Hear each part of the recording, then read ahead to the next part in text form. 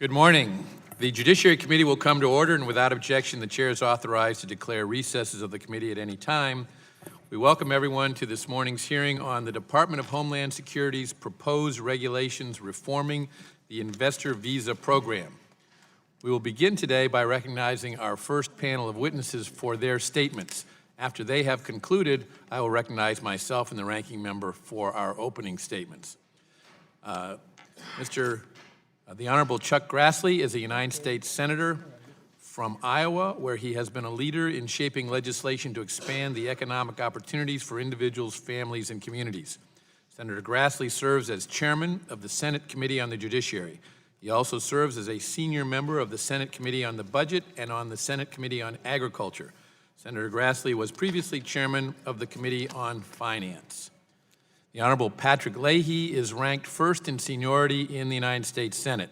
Senator Leahy is the vice chair of the Senate Appropriations Committee. He is the senior-most member of the Senate Judiciary Committee and of the Senate Agriculture Committee. Senator Leahy is the ranking member of the Appropriations Subcommittee on State Department, Foreign Operations, and related programs. I would ask each witness to summarize his or her testimony in 5 minutes or less. To help you stay within that time, there is a timing light on your table. When the light switches from green to yellow, oh, you guys know how this works, even though you're in the Senate. And we welcome both of you. We welcome both of you, and we'll begin by recognizing Chairman Grassley. Welcome.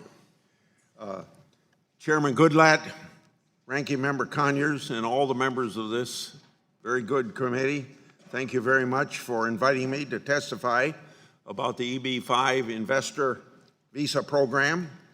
Senator Leahy and I have longstanding concerns with the regional center program. We have worked together for years to address this program's rampant waste, fraud, and abuse.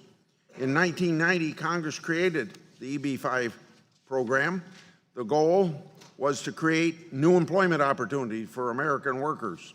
A mere 2 years later, Congress established a pilot program which allowed investors to pool their investments in regional centers. The theory was simple. By allocating investors to pool their funds, greater investment would occur and jobs for American workers would flourish. 25 years later, this pilot program still exists, but it is deeply flawed and has strayed very much from its original intent. There are many problems with the Regional Center program, but let me mention just a few of the worst. Jobs created are not direct and verifiable jobs. They instead are indirect and based on vague estimates and economic modeling. A foreign national is allowed to count all jobs created by a project when obtaining their green card. This is even if EB-5 money is only a mere fraction of total investment. Investment funds are not adequately vetted, and there are no prohibitions against foreign governments owning or operating regional centers. Even more concerning, background checks aren't required for anyone associated with regional center. This raises serious questions about whether foreign governments are selling U.S. green cards to their citizens. Regional centers gerrymander targeted employment areas and the boundaries therein to encompass economically distressed areas in order to come in at a lower investment level. This is an issue because the jobs created aren't actually created in those areas and the projects aren't actually in those areas. The problem is made worse by the fact that every targeted employment area designation is just simply rubber stamped. Finally, and perhaps the most frustrating, the minimum investment level hasn't been raised in 25 years. I could keep going on about many abuses. With this in mind, I believe that either the Regional Center program should be completely overhauled and reformed, or it should expire. The American people deserve better than what we're getting out of this program. Senator Leahy and I have tried to work in a bicameral and bipartisan way to enact real EB reforms. Last year, the Senate Judiciary Committee held two hearings alone on this subject, and this committee, where before now, held another.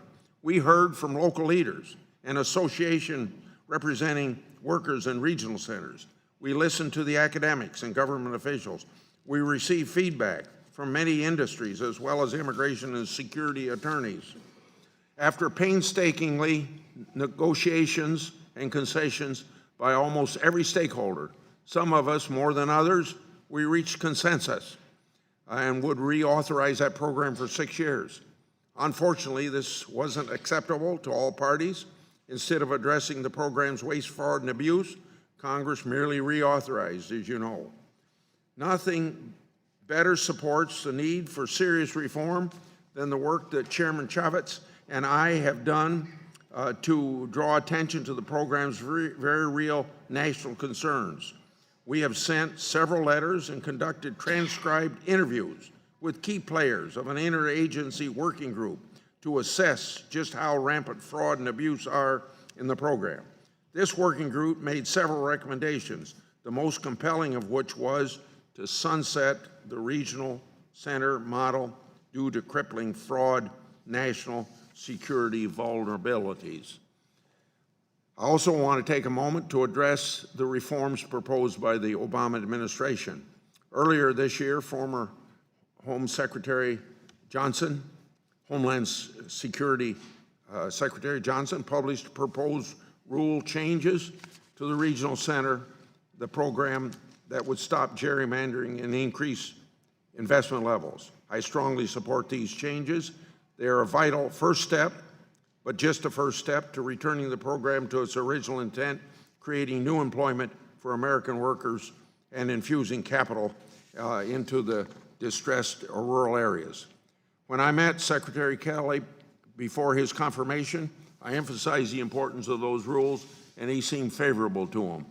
I want to continue working with my colleagues of both chambers and both parties to reform the program. I look forward especially to working with you, Chairman Goodlatte, and Ranking Member Conyers, and hopefully the Trump administration in coming months on legislation that is serious and substantial. Thank you for receiving my testimony. Thank you, Senator Grassley. Senator Leahy, welcome.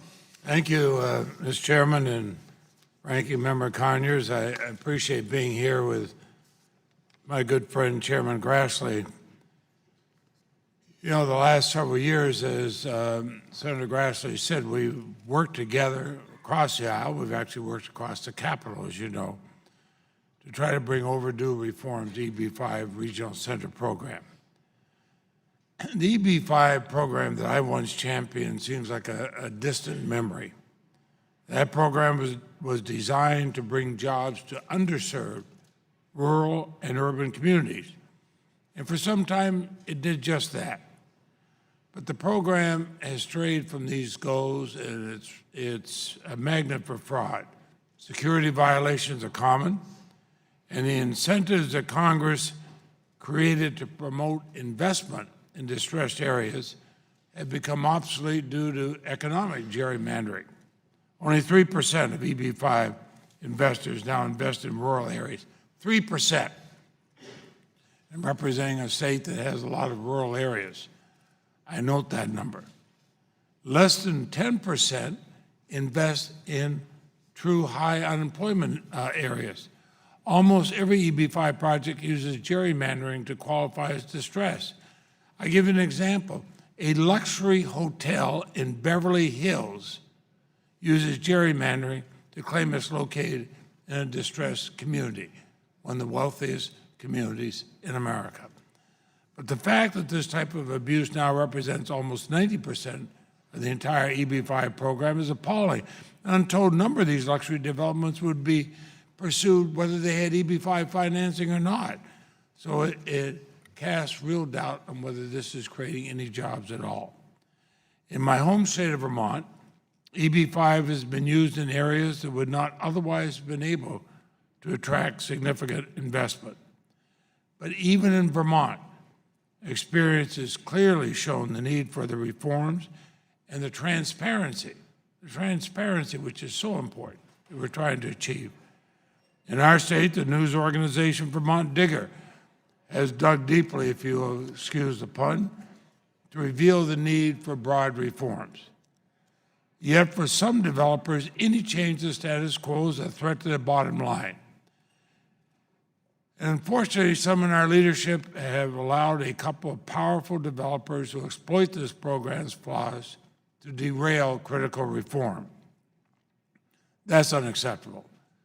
The worst abusers of a government program should not be given veto power over its reform. Now, the Department of Homeland Security's proposed rules represent a significant step forward. I agree with Senator Grassley. When we asked then Secretary Jay Johnson over a year ago to do all he could to improve the EB-5 program, he worked at that, and I commend him for that, by increasing investment amounts, reining in abusive gerrymandering practices. These changes will end some of the most egregious abuses.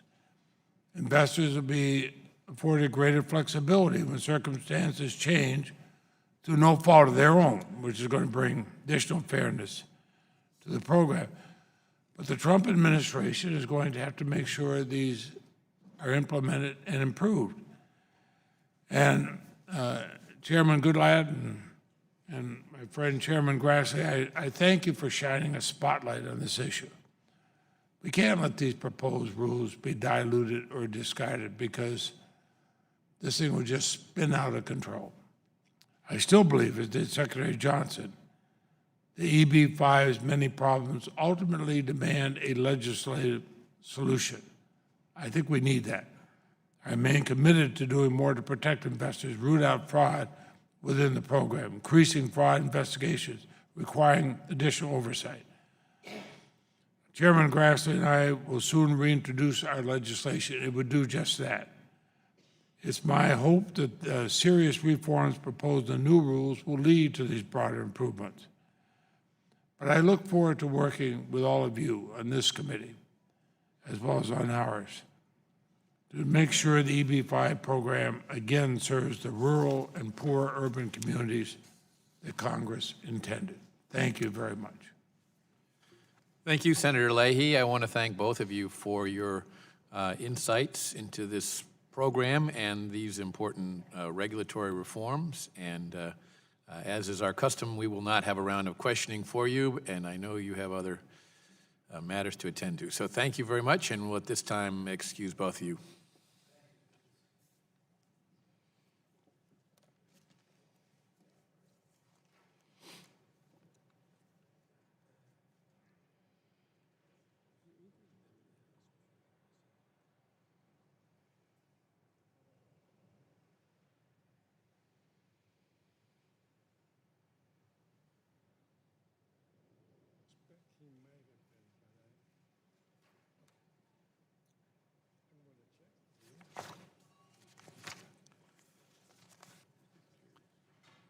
I will now recognize myself for an opening statement.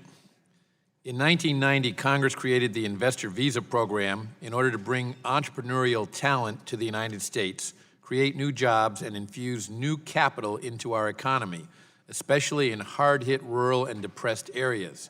Unfortunately, over the years, the program has strayed further and further from Congress's intent and has seen its reputation repeatedly tarnished by scandal. For the past year and a half, I have worked collaboratively with Ranking Member Conyers, Representative Issa, and Senators Grassley and Leahy to reform the program and set it on a solid foundation. Currently, aliens must invest $1 million unless they invest in projects in rural or high unemployment areas, in which case they can invest half this amount. These levels have remained untouched since 1990, a quarter century ago, never adjusted for inflation or any other factor. As a result, the real value of each investment has fallen by half. Almost all visas now go to aliens investing at the lower level meant for rural and poor areas, even when the resulting projects are built in prosperous areas.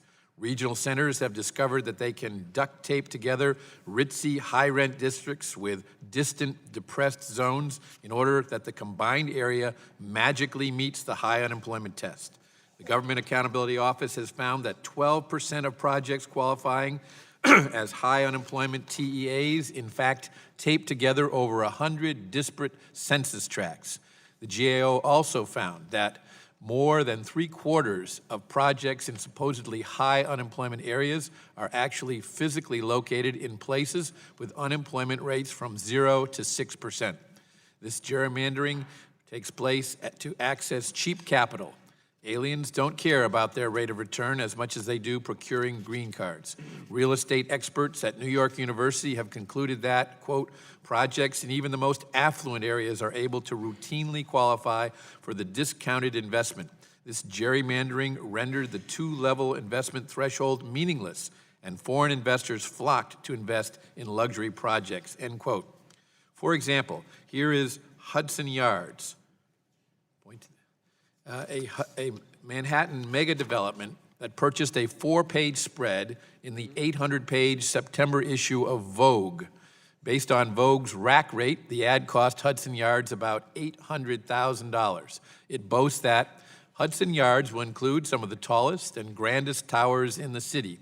Inside, soaring ceilings, walls of glass, and ingenious details reflect the highest standards in the residential market. Boasting a collection of restaurants curated by world-renowned chef Thomas Keller, Hudson Yards is poised to become the city's most unique and exciting dining destination. A unique combination of luxury retailers and independent boutiques is being curated. You can rejuvenate in the innovative luxury spa, and on and on. At the Yard's first condominium project, condos will start at around $1.9 million for 843 square feet and rise to $32 million for the 2 penthouses. Perhaps in recognition of the huge success of HGTV's show Tiny Houses, The Real Deal, a New York real estate journal, states that 200 of the total 285 market rate condos are priced at below $7 million. The move is reflective of a general drift in the market towards smaller homes at less ostentatious prices. Things must be tough all over. Of course, Hudson Yards is marketing investor visas for $500,000. Projects in affluent areas will always be able to compete for foreign investors. Even if aliens have to invest more, they prefer the lower risk of the investments and the prestigious zip codes. However, if Congress is going to be granting a path to citizenship, we have every right to ensure that a healthy percentage of investments be in rural and depressed areas as Congress originally intended. I have been one of the most vocal opponents of the Obama administration's executive overreach. However, for the past quarter century, both Democratic and Republican administrations have engaged in executive underreach when it comes to the investor visa program. Congress gave the administration explicit statutory authority to raise the minimum investment amounts. Congress gave the administration the power to determine for itself which areas qualify as depressed, rather than simply delegating away this authority. And yet no administration acted until January. In one of his last acts, Secretary of Homeland Security Jay Johnson commendably issued proposed regulations that deliver long overdue reform. The regulations propose to raise the minimum investment amount to $1.8 million. While this is higher than what I was willing to accept last year, in the spirit of compromise, it is eminently justifiable, merely accounting for inflation over the past quarter century and far lower than the investment amounts required by our international competitors. The regulations would also raise the minimum investment amount for rural and high unemployment areas to $1.35 million and effectively end gerrymandering by defining a high unemployment area as the census tract or tracts in which a project is principally doing business, and at the discretion of the regional center, any or all census tracts directly adjacent to the project tract, a concept I proposed 2 years ago. These regulations deserve to be issued in final form, and I urge the Trump administration to do so. They will enable the investor visa program to become a turbocharged engine for economic growth. If, however, the regulations are not finalized and the program remains in disrepair, I am not sure that it deserves to continue. I look forward to hearing from today's further witnesses, and I'm now pleased to recognize the ranking member, the gentleman from Michigan, Mr. Conyers, for his opening statement. Thank you, Chairman Goodlatte, for what I agree is a very comprehensive statement. Members of the committee, last Congress, I had the honor of working with Chairman Grassley and Senator Leahy in an effort to reform the EB-5 investor visa program. While the proposed Department of Homeland Security regulations would go a long way toward addressing many of our long-standing and serious concerns with the program, there is no substitute to a meaningful legislative solution.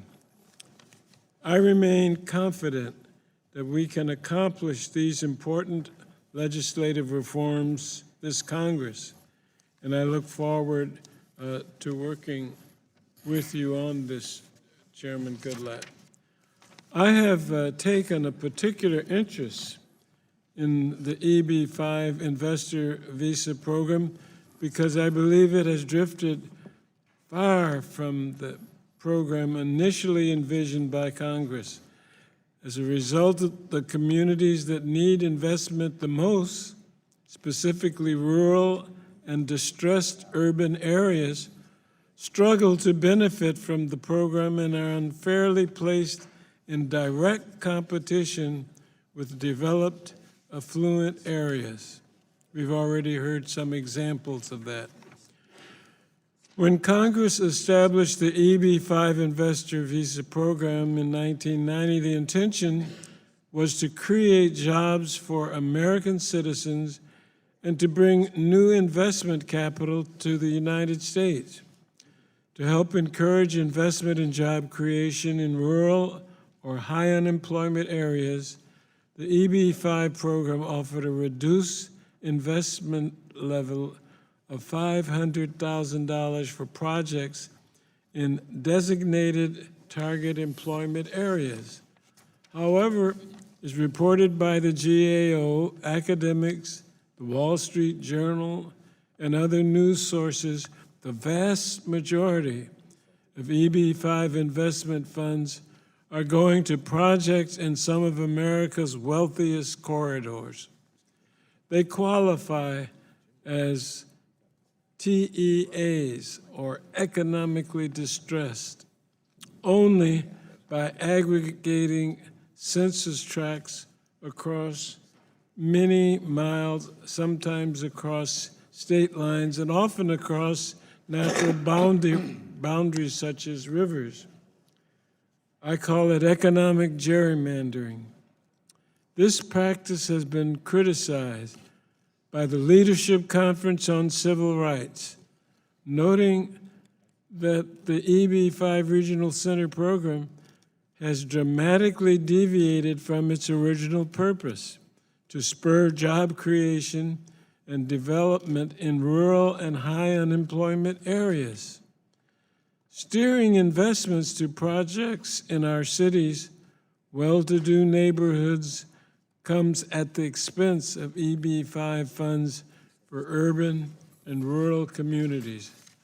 According to the Center for American Progress, the congressional district that I represent, for instance, I'm sorry to say, is the second most impoverished district in the United States.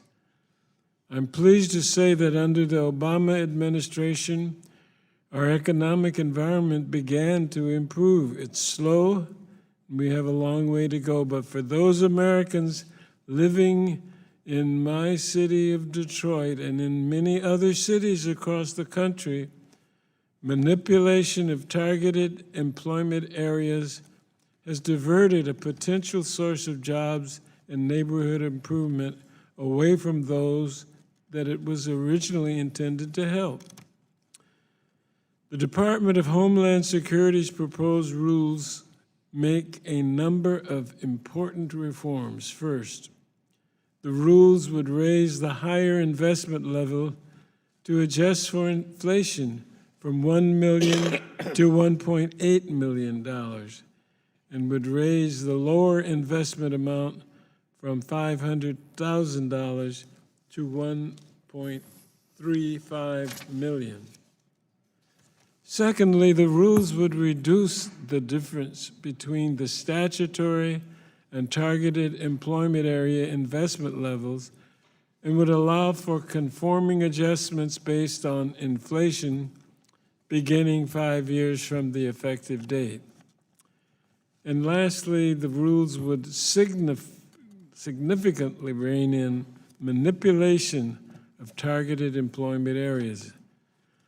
I am encouraged by this development from the Department of Homeland Security and consider the proposed rulemakings as movement in the right direction. But I must reiterate, to achieve the necessary reforms to the EB-5 programs, there is no substitute to a meaningful legislative solution. And absent significant reform, either regulatory or legislative, I will not be able to support continued authorization of this program. And so in closing, I want to thank the witnesses for their willingness to appear before our committee.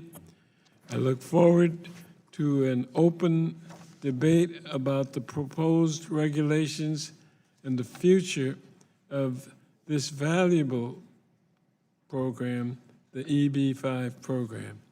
Thank you, Chairman. I yield back.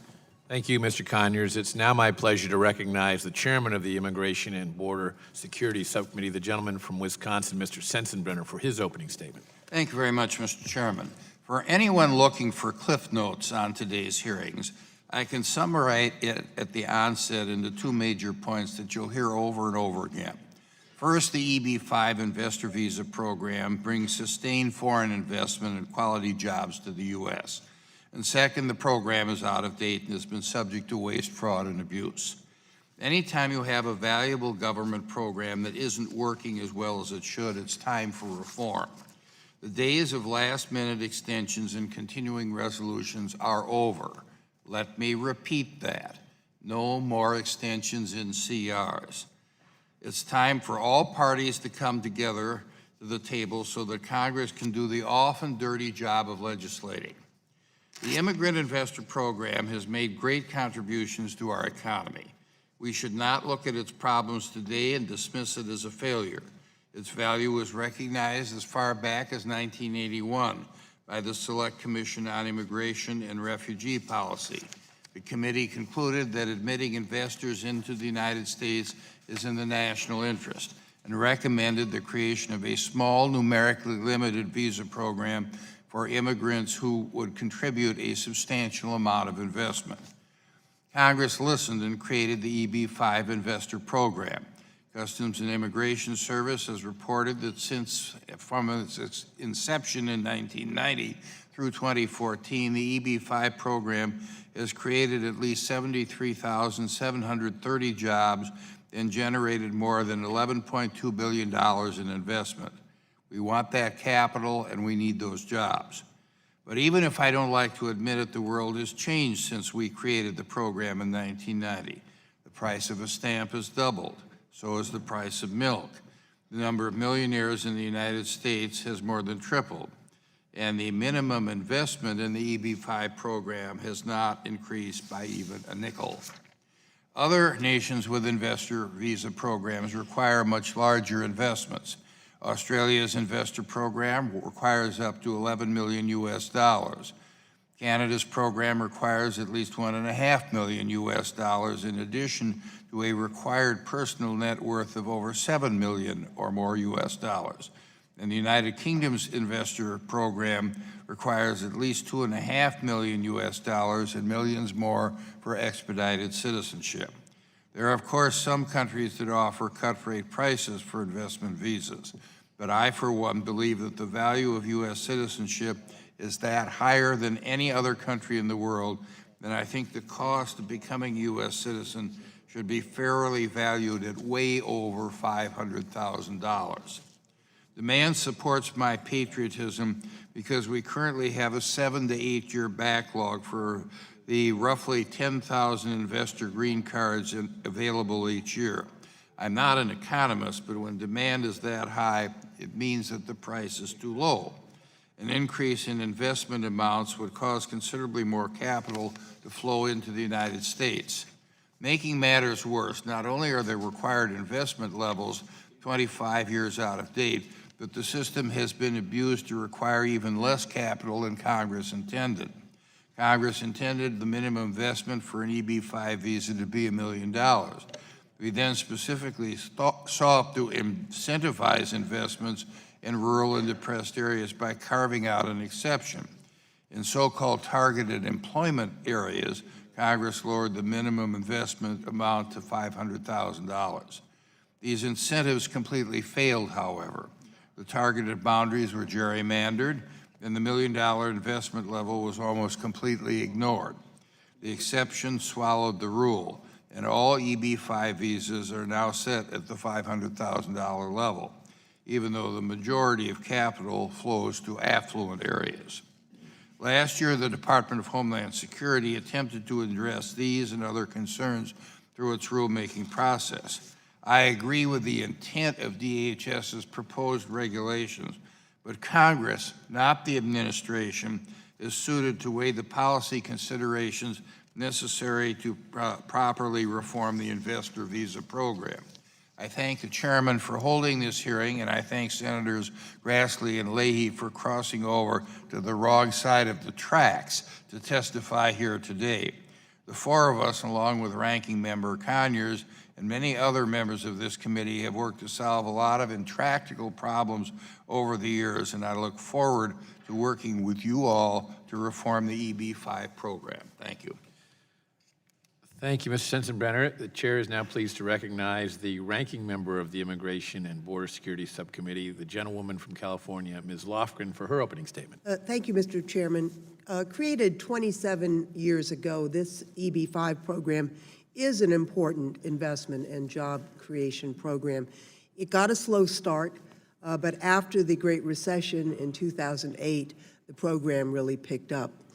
Traditional bank lending dried up during the economic crisis. Developers turned to the EB-5 program to keep funding projects, and the use of the program has really skyrocketed since then. Now, I saw a 2017 report from the U.S. Department of Commerce that says in fiscal year 2012 and 2013 alone, the EB-5 program brought in $5.8 billion in capital financing to the United States and was expected to create more than 174,000 jobs. The benefits of this program are on display in the Bay Area, where I'm from. The program has funded a new hotel in the revitalizing San Jose Airport corridor in the 19th Congressional District I represent, as well as development in revitalizing Treasure Island. According to investors, these projects would not have happened without EB-5 financing. For example, the hotel in my district was the first one built near the airport in 20 years. And the Treasure Island project includes the island's World's Fair site, which is a California historical landmark, and a former military base, which has required significant remediation and redevelopment. At the same time, there's growing recognition that the program is in need of modernization and reform. As has been mentioned by others, the minimum investment level of $1 million or $500,000 hasn't been updated since the program was created in 1990. And considering the high demand for the program demonstrated by the long and growing backlog of EB-5 petitions, it shows that the U.S. is leaving investment capital on the table by not increasing the investment level. The program has also come under criticism with respect to the provisions designed to ensure that EB-5 investments are shared among rural areas and distressed areas. As has been mentioned, my colleagues, the gerrymandering issue is of concern to many.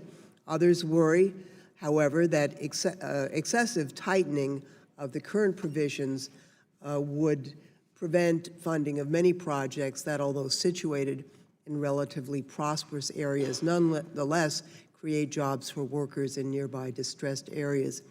And amidst the program's exploding popularity, there's increasing concern about fraud within the program.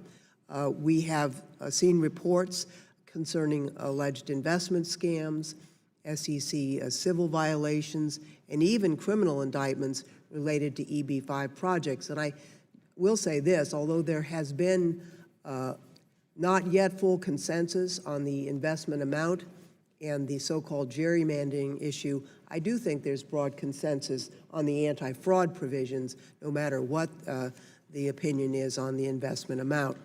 We do need to reform this program, and as we know, the Department of Homeland Security proposed some changes to reform the program, increasing the threshold amounts and reforming the targeted employment areas. Whether these proposed changes should be adopted in the final rule, of course, is what we're here to discuss today, or whether the rule should be replaced by legislation. I support increasing the investment thresholds to ensure that we're maximizing foreign investments and creating the maximum number of U.S. jobs workers. But we must also be careful to avoid changes that would reduce the overall investment and thus the number of jobs created by the program. I think we need to look at how we can incent additional development in depressed and rural areas. I do think that we have fallen short there, although our intent was clear, but we need to be careful as we move in that direction not to impose restrictions that would effectively close off the EB-5 program in large swaths of the country. Now, these are difficult issues that require careful balancing, and I look forward to hearing from the witnesses today on the right balance. I would note that along with this hearing, EB-5 stakeholders are currently submitting comments on the proposed rule for consideration by DHS, which is exactly the way the system should work.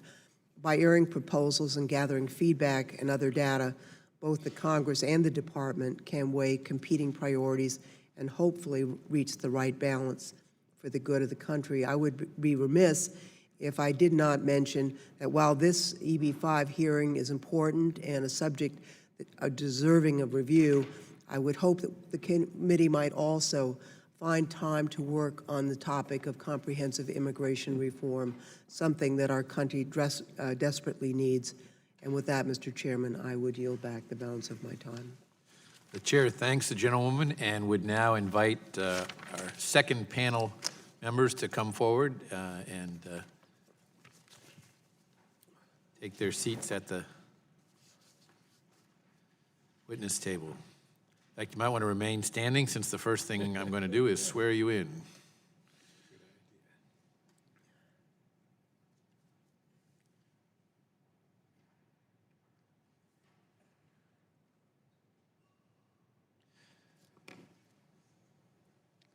Welcome to all of you. If you'd please raise your right hand.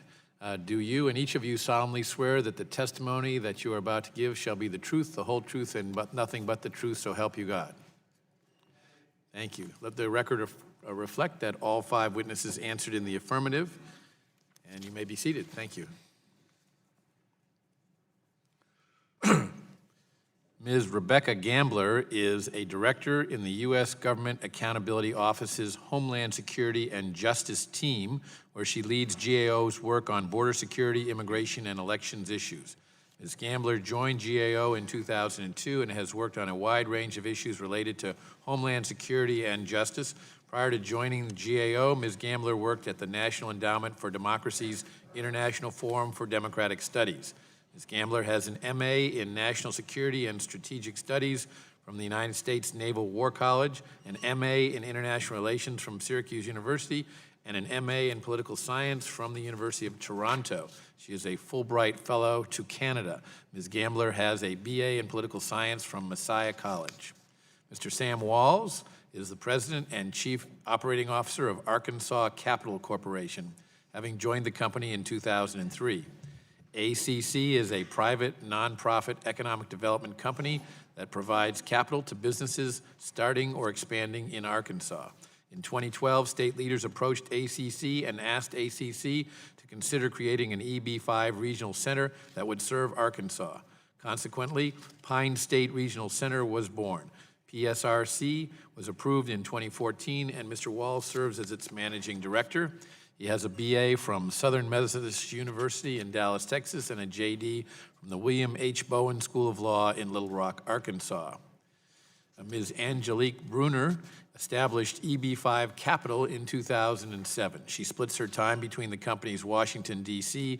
and San Francisco offices, providing strategic direction and oversight to EB5 Capital's real estate, marketing, and legal teams.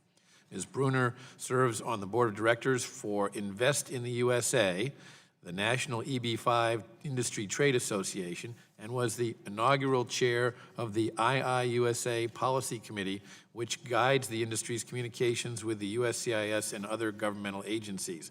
Ms. Bruner received her bachelor's degree in public policy from Brown University. She also holds a master's degree in public affairs and a certificate in urban planning from Princeton University's Woodrow Wilson School. Ms. DeConti Menz-Cole serves as the Director of Policy for the Center for Community Progress, which is a nonprofit solely dedicated to transforming blighted and vacant properties into asset-supporting neighborhood vitality. Prior to joining Center for Community Progress in September 2015, Ms. Menz-Cole worked as the Deputy Director of Dispositions for the Detroit Land Bank Authority, overseeing disposition, property management, and compliance programs. In addition, she served as a fellow with the White House Strong Cities, Strong Communities Initiative, embedded in the City of Detroit's Law Department. Ms. Menz-Cole holds an MS from the London School of Economics in Urban Regeneration and Affordable Housing, a Juris Doctor from Georgetown Law Center, and a BA from the University of Miami in International Studies and Economics. Mr. David North, a fellow of the Center for Immigration Studies, is an authority on immigration policy, specializing on the interaction between immigration and domestic systems, such as education and labor markets. He served in the United States Labor Department as the Assistant for Farm Labor to the U.S. Secretary of Labor and as the Executive Director of President Lyndon Johnson's Cabinet Committee on Mexican-American Affairs. Mr. North received a Fulbright scholarship to attend Victoria University in Wellington, New Zealand, where he earned an MA. He is also a magna cum laude graduate from Princeton University. Welcome to all of you. Your timing device is right there in front of you. When it reaches, you have 5 minutes. When it reaches 1 minute remaining, it'll turn to yellow. We ask that you summarize and conclude before the red light comes on. Your entire statement will be made a part of the record, and we'll begin with Ms. Gambler. Good morning, Chairman Goodlatte, Ranking Member Conyers, and members of the committee.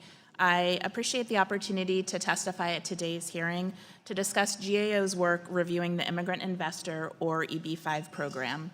The EB5 program was established to promote job creation and encourage capital investment in the United States by foreign investors in exchange for lawful permanent residency and a path to citizenship.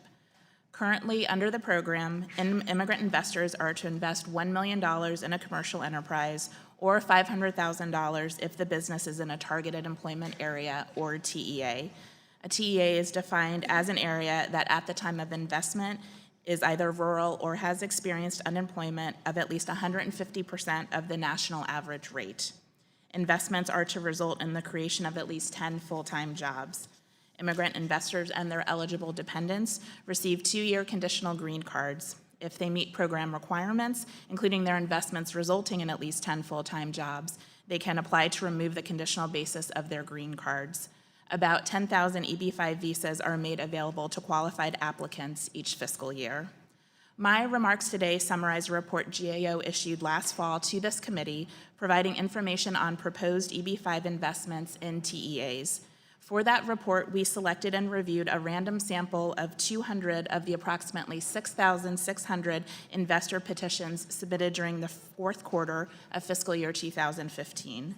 Based on our review of those petitions, we provided information on the proportion of petitioners that did or did not elect to invest in a TEA, the proportion of petitioners basing a high employment TEA on various types of geographic areas, and EB5 investment as a proportion of the total investment in projects. With regard to the first area, we estimated that 99% of the EB5 petitioners who filed a petition in the fourth quarter of fiscal year 2015 elected to invest in a project located in a TEA, most within a high unemployment TEA, thus qualifying for a reduced investment threshold of $500,000. In particular, just under 97% elected to invest in a high unemployment TEA and just under 3% in a rural TEA. The remaining petitioners elected to invest at least $1 million in a project that was not located in a TEA. Second, we estimated that 90% of petitioners electing to invest in a high unemployment TEA based that on the average unemployment rate for a combination of census areas, while the remaining 10% based the TEA on the employment rate of a single census tract, block group, or county. Most of these petitioners combined from 2 to 10 census areas, but others combined more than 100 census areas, as allowed under the program as currently structured. With regard to the third area, we estimated that EB5 investment by one or more immigrant investors who invested in projects located in a TA was generally less than the non-EB5 investment by other U.S. or foreign investors relative to the total estimated project cost.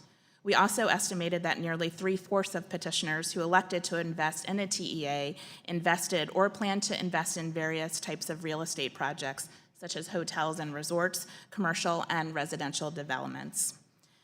In closing, in addition to our September 2016 report regarding proposed investments in TEAs, we have also issued reports related to USCIS's efforts to assess and address fraud within the EB5 program and to report the economic benefits of the program. We have made recommendations in these areas which USCIS is working to address, and we will continue to monitor USCIS's efforts and progress. This concludes my oral statement, and I'd be pleased to answer questions members may have. Thank you, Ms. Gambler. Mr. Walls, welcome. Thank you, Chairman. Chairman Goodlatte, Ranking Member Conyers, and members of the committee, thank you for the opportunity today to appear today to discuss the EB5 Foreign Investor Program. My name is Sam Walls, and I am the President and Chief Operating Officer of Arkansas Capital Corporation. Arkansas Capital Corporation is a private, nonprofit economic development company that was formed in 1957 by state business leaders that included the late Governor Winthrop Rockefeller. We partner with bank and other sources to provide capital to businesses starting or expanding in our state. In 2012, state leadership requested that Arkansas Capital create an EB5 regional center that would serve Arkansas. This request was made of Arkansas Capital because of our impeccable reputation and history of partnering with the state to promote economic development. Pine State Regional Center was approved in 2014.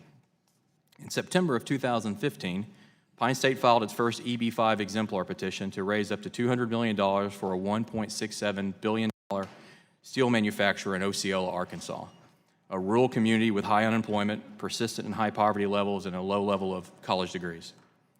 State and local leaders have described this steel production facility as a game changer and a godsend. This facility is the largest industrial project in the history of the state of Arkansas. The project creates 9,600 construction, direct and indirect jobs. The employees at this facility will earn wages with benefits that far exceed the average salary in that community and what most would ever have dreamt possible. But to be clear, we are proud of our involvement in this project. Our support for the reforms in the USCIS proposed regulations and in past efforts are not merely because they may provide some benefit to our current project. As a now 60-year-old economic development entity serving Arkansas, we see these reforms as an opportunity for rural and distressed urban communities to realistically use this program to assist in economic development. Our current project is an example of how rural communities will utilize this program if given the opportunity. Before I make some remarks about the USCIS proposed EB5 regulations, I wanted to express my thanks to you, Mr. Chairman, Ranking Member Conyers, Chairman Grassley, and Senator Leahy, for your efforts to enact EB5 reform legislation. We strongly support your legislation introduced in the last Congress and encourage you to continue to push your EB5 reforms that will help rural and underserved communities. I applaud USCIS for its proposed regulations on EB5. Today, the adjective controversial almost invariably seems to be used when this program is discussed in public forums. The USCIS is clearly attempting to take whatever steps it can within its authority to reform the program and address these concerns. While we share the view of many in the industry about the rates of increase to the incurred investment levels, we still welcome the proposed rules for several reasons. The rules reform of the targeted employment area designation will return the use of this designation to the original intent of Congress. Currently, some of the most affluent areas of the country have been able to attain the TEA designation by creatively stringing together dozens of disparate census tracts. The TEA designation was intended for rural and highly distressed urban areas and was anticipated to be the exception, not the rule. According to the Government Accountability Office, we know that today more than 90% of investors have gone into projects that are in urban TEAs comprised of many, sometimes dozens, of census tracts, and only 3% of EB5 investments have gone into rural areas. We agree with the chairman in his observation that this practice has made a mockery intended. The proposed regulations essentially maintain the current statutory differential between the TEA and non-TEA investment levels of $500,000. From our perspective, this is a key component to the TEA reform because a more restrictive process to qualify for TEA status is only half of the equation. There must be a meaningful difference in the investment amounts. Past suggestions of a $50,000 difference, for example, will amount to a continuation of the status quo. The program's legislative history is clear on this point. The discounted investment rate was intended to drive investment to areas of the country that are traditionally undercapitalized. A meaningful investment differential is essential to achieve that goal. The proposed rule is important for another reason. Over the past 2 years, we have seen a small segment of the EB5 industry essentially veto proposed reforms. Most recently, this past December, these stakeholders rejected a very fair reform compromise. Like any compromise, there were aspects of it that we didn't like. But taken as a whole, it was fair, and we support it with an eye toward the long-term health and viability of the program. If finalized, these proposed regulations will finally make this ongoing strategy of delay untenable for these parties and force them to participate in good faith in the legislative process. All of you have heard arguments against making changes to the EB5 program. Some have claimed that proposed legislative reforms are picking winners and losers. We believe that efforts to restore congressional intent to the EB5 TEA incentive is not picking winners and losers. It is an effort to fix a broken program. Some claim that the EB5 program is just a job creation program, and so it should not matter where investments are going as long as jobs are being created somewhere. Some argue that the TEA policy is being honored if people commute from poor areas to prospering areas where an EB5 project is. This argument completely ignores the fact that Congress enacted the TEA incentive for a very specific purpose: to boost economic activity in communities that are traditionally undercapitalized. Congress would not have debated and enacted the TEA provision on the assumption it would apply everywhere. Congress has every right to insist that public policy work as it was intended. If the recent presidential election showed us anything, it demonstrated that there are numerous rural and distressed urban communities that feel that government has forgotten about them. The clear intent of the TEA designation was an effort by Congress to help induce more job-creating economic investment in those areas, a result that has not been realized yet. The reforms contained in the USCIS proposed regulations and recent legislative efforts is a reaffirmation to the people in those areas of the country that Congress has not forgotten about them and is working to help those communities restore vital sources of employment. Thank you, and I look forward to your questions. Thank you, Mr. Walls. Ms. Bruner, welcome.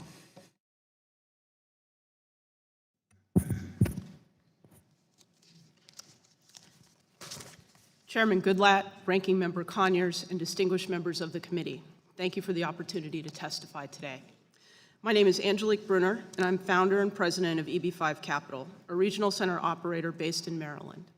I founded the company in 2007 in the District of Columbia to utilize foreign capital in disadvantaged communities and support living wage job creation. Founding the company during the economic downturn gave me a unique perspective on capital markets, their lack of resilience, and the importance of a flexible, independent source of capital. Today, EB5 Capital is a leading regional center operator. We manage more than $400 million of investment capital that represents more than 20 projects in 5 states and the District of Columbia on behalf of clients from 50 countries. Our investments have anchored more than $2.4 billion of total development that has created thousands of jobs. The company's initial focus was Washington, D.C., where we have committed over $250 million of investment in transitioning communities in the Convention Center corridor, the Ballpark and Capitol Riverfront area, and most recently in Noma, where Uline Arena is reshaping the entire neighborhood with REI's flagship store and the district's first creative Class A offices. Our expansion outside of the district includes projects throughout California and the entire state of Michigan, where we believe that we can bring $100 million a year for qualified EB5 projects under the current TEA definitions.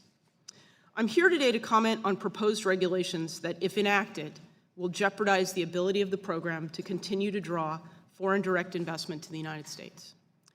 I urge Congress to complete the legislative reform of the EB5 program that your committee has been working on with stakeholders for the past 2 years. Regulatory changes in support of new legislation could then be revisited after congressional action. The most problematic proposed changes that I will focus on are the changes to the targeted employment area definition and the increases in investment amounts. On their face, both may seem grounded in principled arguments, but with further examination, the economic basis of both are subjective and far from a best practices approach to the reform each is meant to foster. My first area of concern is that the proposed TEA definition does not incorporate pre-existing government criteria. DHS is proposing to continue the single variable criteria of a targeted employment area. I was hopeful that DHS would propose new criteria practiced elsewhere in federal government, like those used to define the new markets tax credit qualifying geographies, or eliminate the TEA entirely. Additionally, proposed limitations based on number of census tracts are biased against densely populated urban areas that have significantly more census tracts per square mile than suburban and rural areas. The suggested donut approach that measures economic development as a circle of adjacent census tracts rather than commuting distance does not reflect the reality of economic development in cities, which follow a block-by-block path and/or occur along public transit lines. To illustrate this bias, I offer an anecdote from my commute to the hearing from my office this morning, an 8.3-mile drive. If I take a suburban route, I travel only 10 census tracts, but if I travel through the District of Columbia, I cover 21 census tracts. My second area of concern is that the market will not support the proposed increase in investment levels. At this time, the EB5 program is effectively operated as a one-tier level of investment, with 95% of investments occurring at the $500,000 level, which DHS proposes raising to $1.35 million. Such an increase will shock the marketplace and, in my opinion, decimate the EB5 program. The U.S. competes for investors with about 40 countries. Our ability to attract investors is already compromised because of our complex immigration requirements, visa capacity issues, and processing backlogs. An increase in investment amounts at the magnitude proposed will further drive investors away from U.S. projects. While the investment tiers of $500 and $1 million date back to the beginning of the program, the higher investment amount has never been competitive. Success and reform can be aligned. Incentives for rural and distressed urban areas through visa set-asides will achieve the investments expressed by many stakeholders. Reform efforts should shift away from the arbitrary single variable TEA to a single investment amount. Given the program's backlog, investors want their visas quicker. A single investment amount eliminating the TEA coupled with set-asides will incent increased investment in needed areas.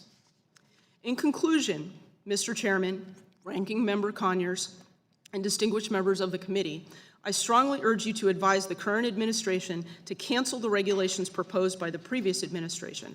I ask that you instead support Congress to complete its work on legislative reform of the EB5 program. Regulatory changes in support of new legislation could then be revisited after congressional action.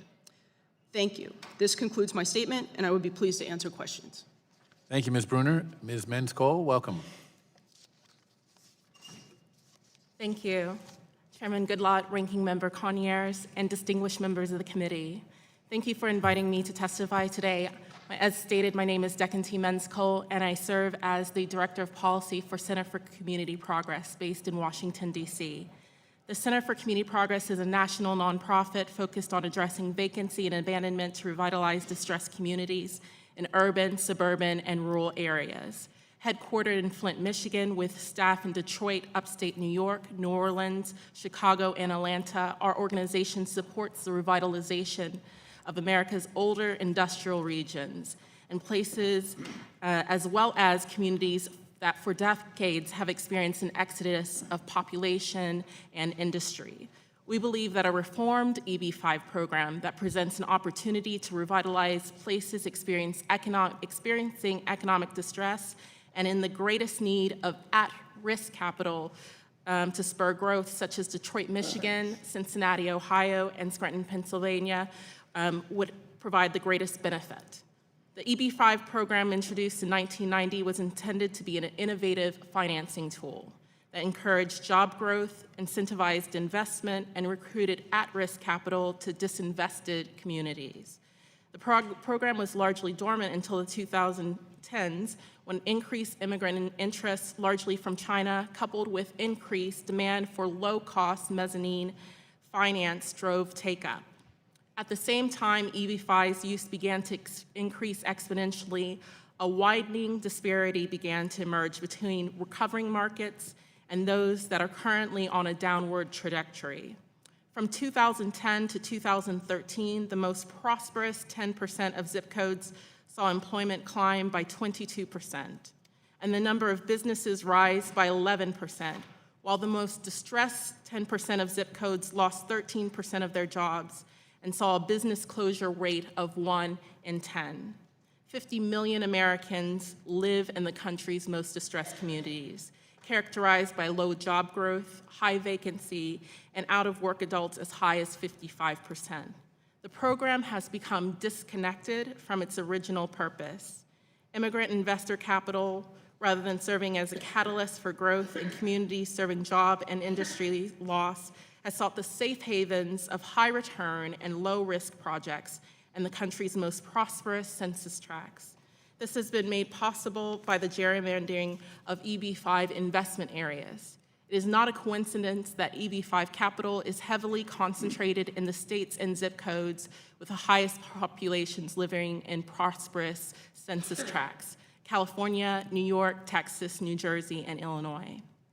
I hope to shift the EB-5 conversation beyond high-density, high-growth, largely coastal cities, and support the Department of Homeland Security's efforts to better target EB-5 capital and stimulate economic growth in America's distressed communities. I would like to specifically talk about the narrowing definition of TEAs that was focused on in the proposed regulations. A February 2017 article by EB-5 experts and scholars, Professor Friedland and Calderon at Stern's Business School, applied the following proposed the regulations TEA definitions to a sample of 52 projects that were largely from what is known as gateway cities. Based on this application, 52 of the sample qualified projects, only 2 would apply under a single census tract, and only 4 would qualify under the contiguous census tract definition. This demonstrates that a narrower TEA definition would prohibit projects from continuing to include high unemployment areas that are in close proximity but are not receiving any direct investment from the project. It also would better align with similarly targeted programs such as new market tax credits. The proposed regulations will more effectively target credits to hard-to-recruit capital areas than also 2 other models that have been proposed, the California 12-track model or the commuting pattern model. Both of these models will continue to permit investors to enter at a lowered investment level in high-growth census tracts if applied nationally, and are less likely to recruit capital for distressed communities than what is outlined in the proposed regulation. Lastly, I'd like to briefly comment on the differential between TEAs and non-TEAs. The current legislation has proven to be a valuable incentive for both investors and regional centers. EB-5 investment is completely at risk. Investors seeking to minimize their risk have favored lower cost of entry projects in TEA designated areas. A sizable differential is necessary to attract capital to the most economically distressed areas. Ensuring that this spread is continued and adequately incentivizes immigrant investors to support difficult-to-finance projects is necessary. Thank you for the opportunity to present, and I would be happy to take any questions. Thank you, Ms. Menz-Cole. Mr. North, welcome. Good morning, Mr. Chairman, Mr. Ranking Member, members. I'm grateful for a chance to discuss the proposed changes in the regs of the EB-5 program. I speak for the Center for Immigration Studies, a downtown agency, nonpartisan research organization here in Washington, D.C. Frankly, we have no need for an immigrant investor program. EB-5 brings in only 1 or 2% of the flood of new foreign money It's invested in the United States every year, and it brings it in through a convoluted way that almost invites corruption and theft. It is lodged in an agency that does not deal in high finance, involves the sale of visas to aliens who could not become U.S. immigrants in any other way. The center has moral objections to selling green cards. That said, realistically, the chances are that the big urban moneyed interests that profit from the EB-5 program, heavily in Manhattan, I might add, the program never places investments in the Appalachians, will prevail. The big money people will prevail as they usually do. But if the termination battle is lost, perhaps we can make some modest and sensible changes in the program. I have 4 specific suggestions, 2 echoing what the department suggests and 2 that don't appear to be in the department's proposals. As far as the basic investment is concerned, moving it up to $1.35 million makes a lot of sense to me. Bring in more money without spending more visas in the process. I also disagree with one of my colleagues here at this table about the prospective market. There is a whole lot of fear among a whole lot of very rich people, primarily in China, and I think that the market for visas at 1.35 million will be quite brisk. Besides, we have a backlog to take care of anyway. The question of the location of the investments is interesting. This is the TEA. Currently, the $500,000 investments must be used in what the agency calls targeted employment areas. I would like to illustrate how this definition can be manipulated in terms of this place. We are in Rayburn House Office Building, and the Rayburn House Office Building, as you can see on the screen, is in that kind of upside-down U-shaped form, the red form there. That's a TEA that could be created. I'm not saying it has been. It could be created under the current rules. It includes the White House, which is one of the more expensive residences in the country, and this wonderful building, and it's a depressed area as far as DHS is concerned. If you can put the White House in a TEA, you can put a TEA anywhere in the country. I want to stress something that I'm not sure is in the regulation package, and that's the question of integrity. There are numerous multi-million-dollar scandals in this program, in South Dakota, in Vermont, in Chicago, in Florida, in the state of Washington, and lots of them in California. There needs to be a different focus in the administration on these things, and let me give you one example of a particular fraud. I decided to see, this is regarding one of the California frauds, what I could find out about the proposers of what turns out to be a fraudulent activity by using the internet. I'm not skilled with the internet. I had no particular law enforcement connections. I just went on the internet and looked. And what did I find? Well, the first thing I found that the main broker was a lawyer who had been to a for-profit law school, which is worrisome to me. He had a debt counseling firm attached to his law firm. That sounds worrying. He had been twice sanctioned by the California Bar, and once was suspended from the practice of law for 7 months. Now, do you want to invest in a program that's led by somebody like that? I would think not. But none of the 100 or so investors did what I had just done in a few minutes, nor had the managers of the EB-5 program. There needs to be a rather more careful approach to who gets to run these programs and who the middlemen are.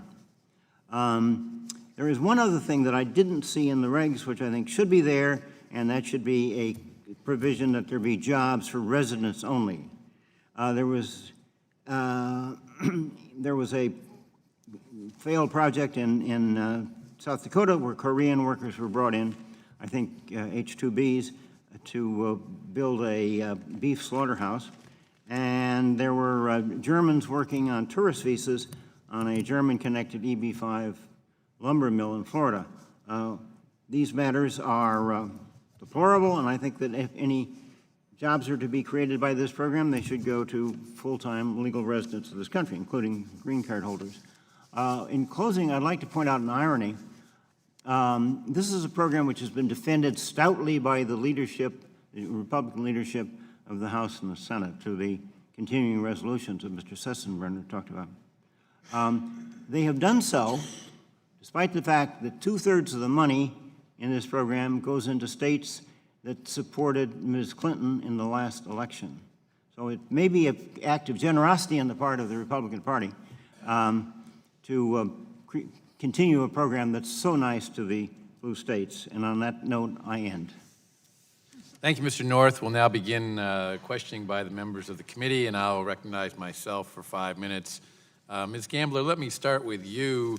I find it interesting that the General Accounting Office found that 3/4 of all alien investors in TEAs invest in real estate projects, and yet real estate construction accounts for about 6% of the U.S. economy. So why do 75% of these investments go into what is only 6% of the economy? Congressman, that's not something we looked at specifically as part of our review. It may be due to kind of the universe of projects that are available for investors to seek to invest in. So it could be, a product of just the types of projects that are available to investors, and that is more predominantly in certain industries than others. Is it possible that under the current law and regulations where gerrymandering can allow you to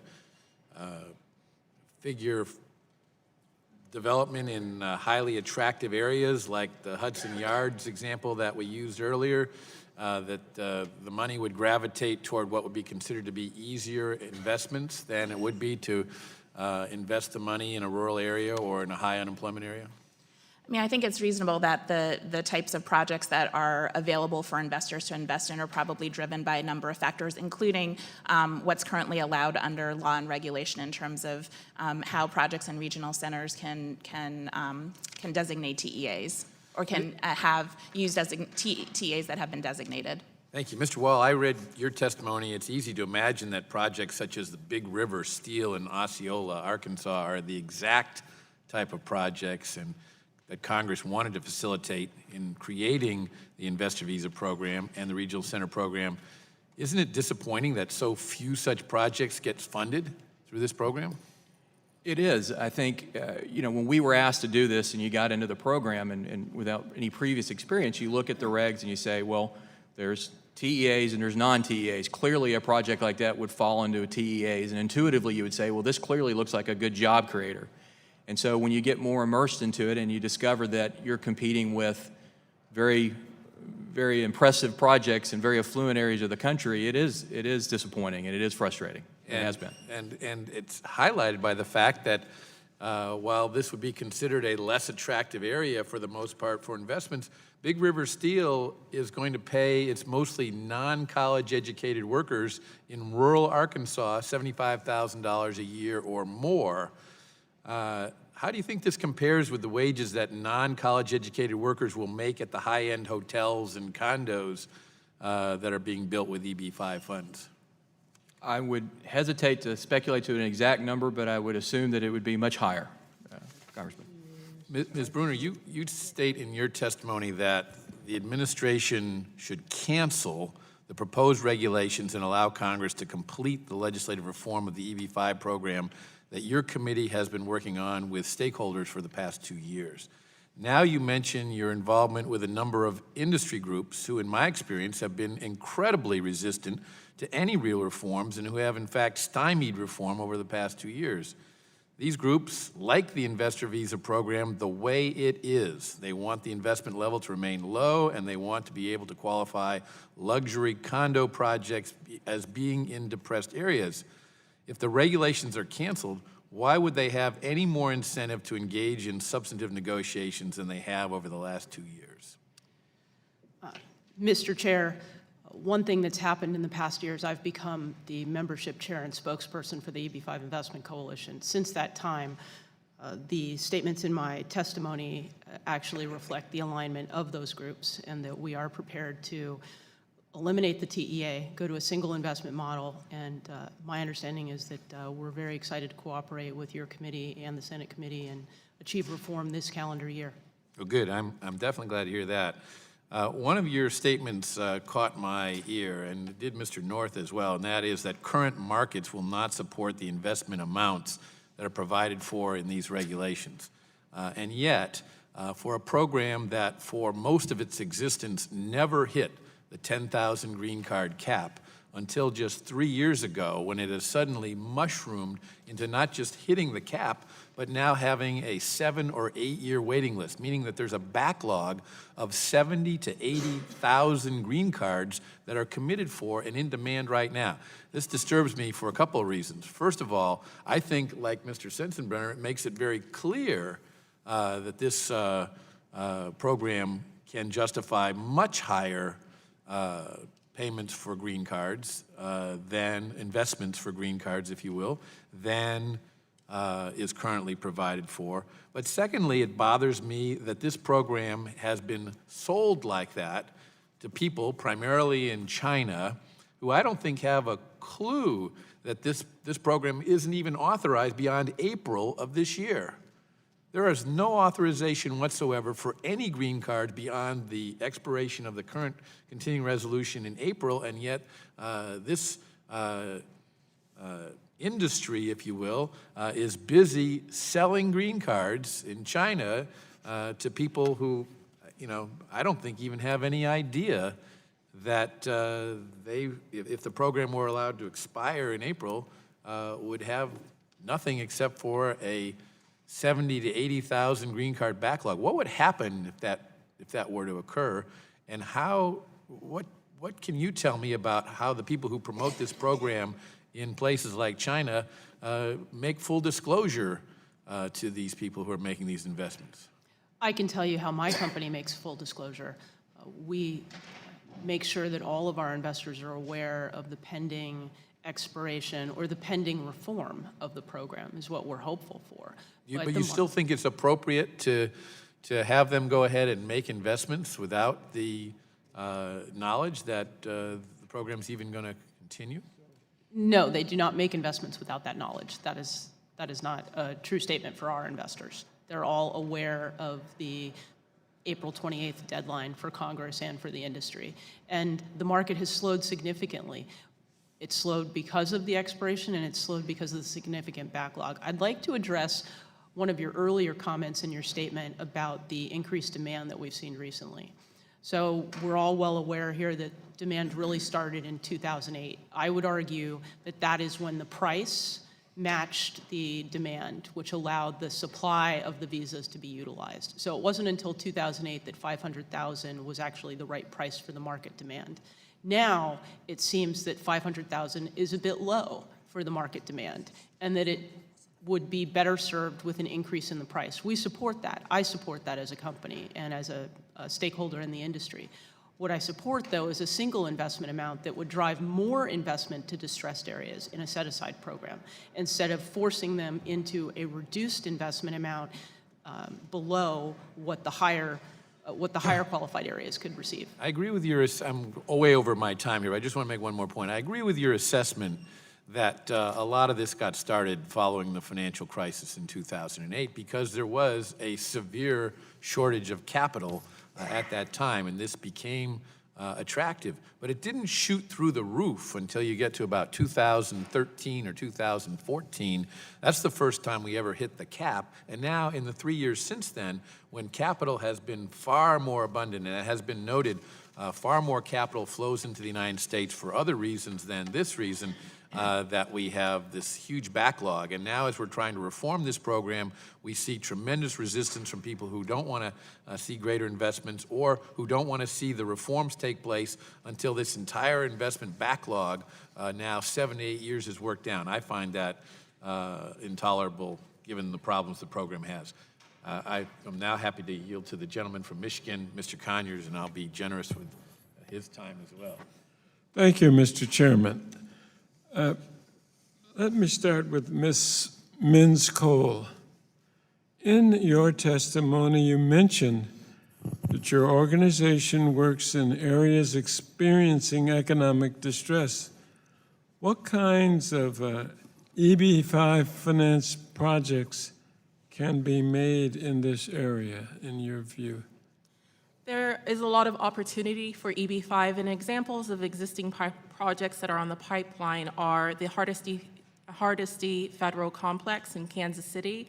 It's an 18-acre brownfield site in which a nonprofit regional center is looking to secure capital in working with Northwest Missouri State University.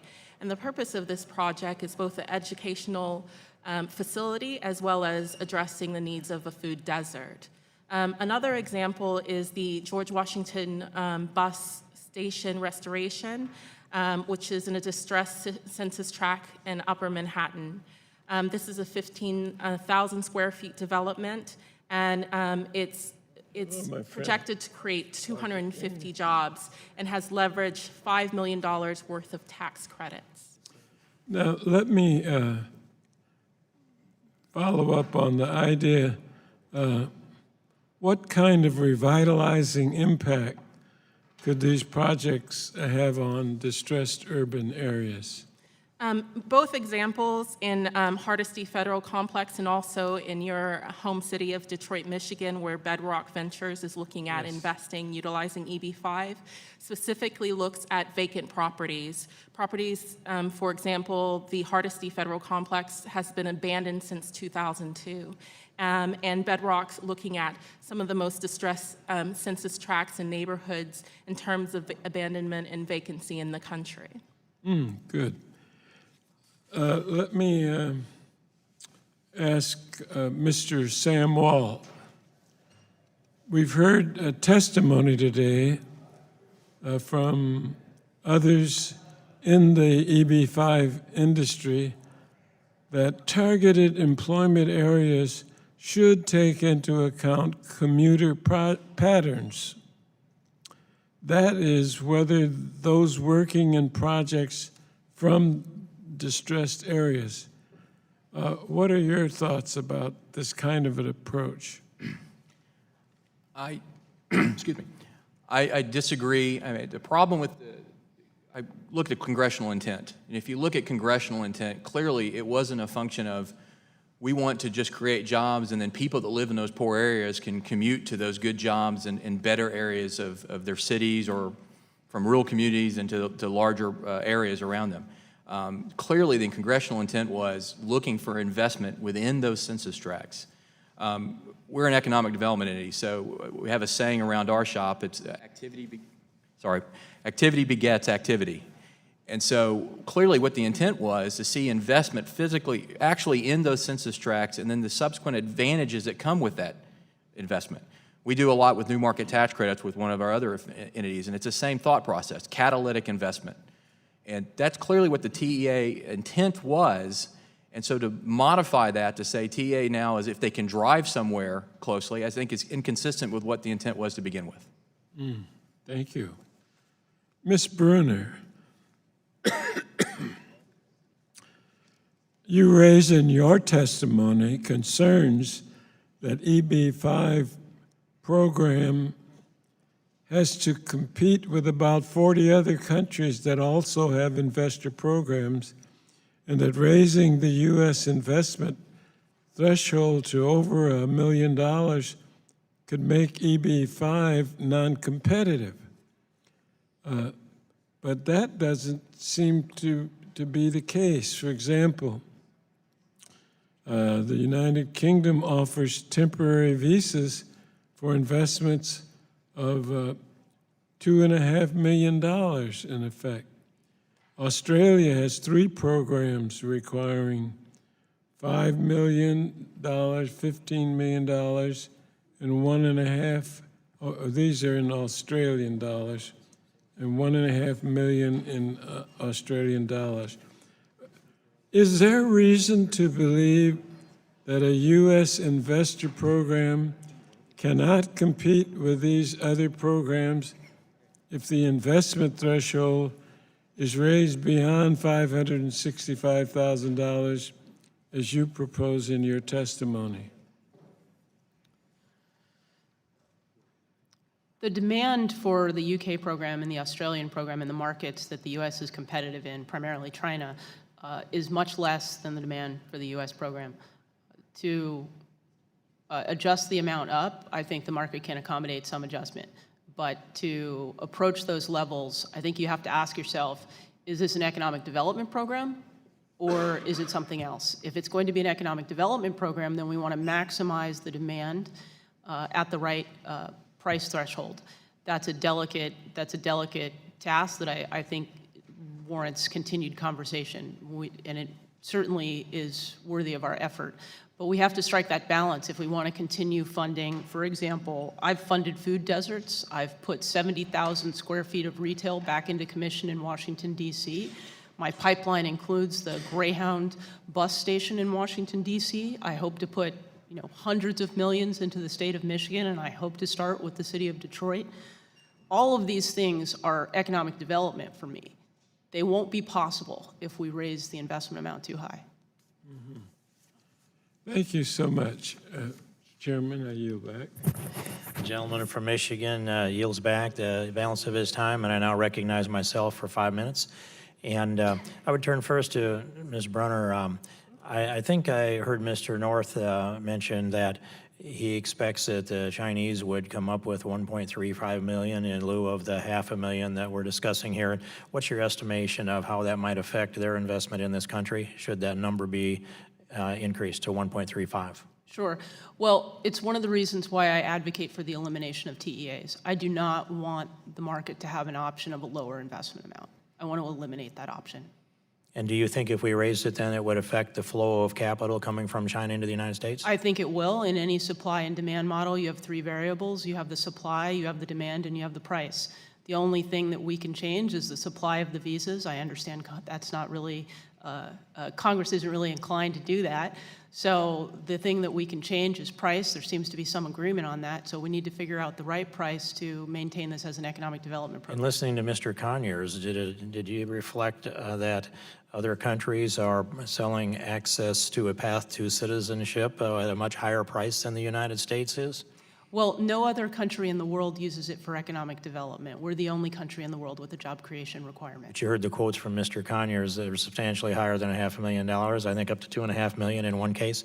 That's what I reflected. And so if we repealed EB-5, what's that do to the flow of capital into some of the investments that you're promoting? It will stop it. And what would be the next source of capital for those investments? Well, I've been in economic development in Washington, D.C. since 1999, and when I came here, the city was selling houses for $1, and I asked why, and they said because of the riots, and I said, what riots? And they said the Martin Luther King riots. So I imagine the development would stop. Yeah, I have a bit of a different estimate, but I appreciate your testimony on this. And I turn to Ms. Gambler, and just to ask you this, when I think about some countries that aren't emerging as our friends, China to a degree, Russia to an increasing degree, especially in the last couple of months. If you were Saudi investors and you wanted to infiltrate people who were sympathetic to the cause of some of the people that flew planes into the building, what method would you use to bring those folks into the United States? Well, sir, I think that a couple of comments in response to that. We do have some ongoing work right now looking at the vetting and background check process for individuals who are coming to the U.S. on visas, and we'd be happy to come up and talk with you about that as well, about what that work is. With regard to the EB-5 program, we have identified through our work some concerns with fraud in the program. We've talked about that a little bit this morning. And that's why it's important for, as it relates to this program, for USCIS to do the fraud risk assessments that we've been calling for them to do, to include identifying what the inherent risks are in the program. But I would submit that, let's just say you're a drug cartel in Mexico and you want to get some of your people into the United States. They are the masters at laundering money. And so to be able to trace that back to the dollars and identify whether or not those people are affiliated seems to me to be a very difficult task. Second thing would be from a national security standpoint, although I always hear vetting, better vetting, extreme vetting, but I'm not one who's convinced we can actually vet people when their children become radicalized. And so I'll submit that if you are strategizing against the interests of the United States and you wanted your people into America and you had money and you wanted a return on that investment, you would look at the EB-5 program as the perfect tool for access into the American society, and by the way, to be able to maneuver and operate throughout the business circles in the United States. I was on a plane not that long ago. A man sat next to me, and asked him what he did. We had that little conversation. He was putting together an EB-5 hotel, a $30 million hotel that had 60 Chinese investors. And I wonder, would that hotel be built if it weren't for EB-5? But I'm going to turn to Mr. North to that question. Would that hotel be built if it weren't for EB-5? In many cases, the EB-5 program is an income transfer program from rich Chinese to rich Americans. What happens is there's something called mezzanine financing, which is the financing that goes into real estate developments where you do not have either ownership or a mortgage. And so it's kind of risky. And mezzanine financing typically produces, again, I'm not an economist, I don't do this sort of thing, but produces a fairly substantial interest rate because there is no guarantees. However, if you bring in EB-5 money, not looking for guarantees particularly, they can get their mezzanine financing for about 1%.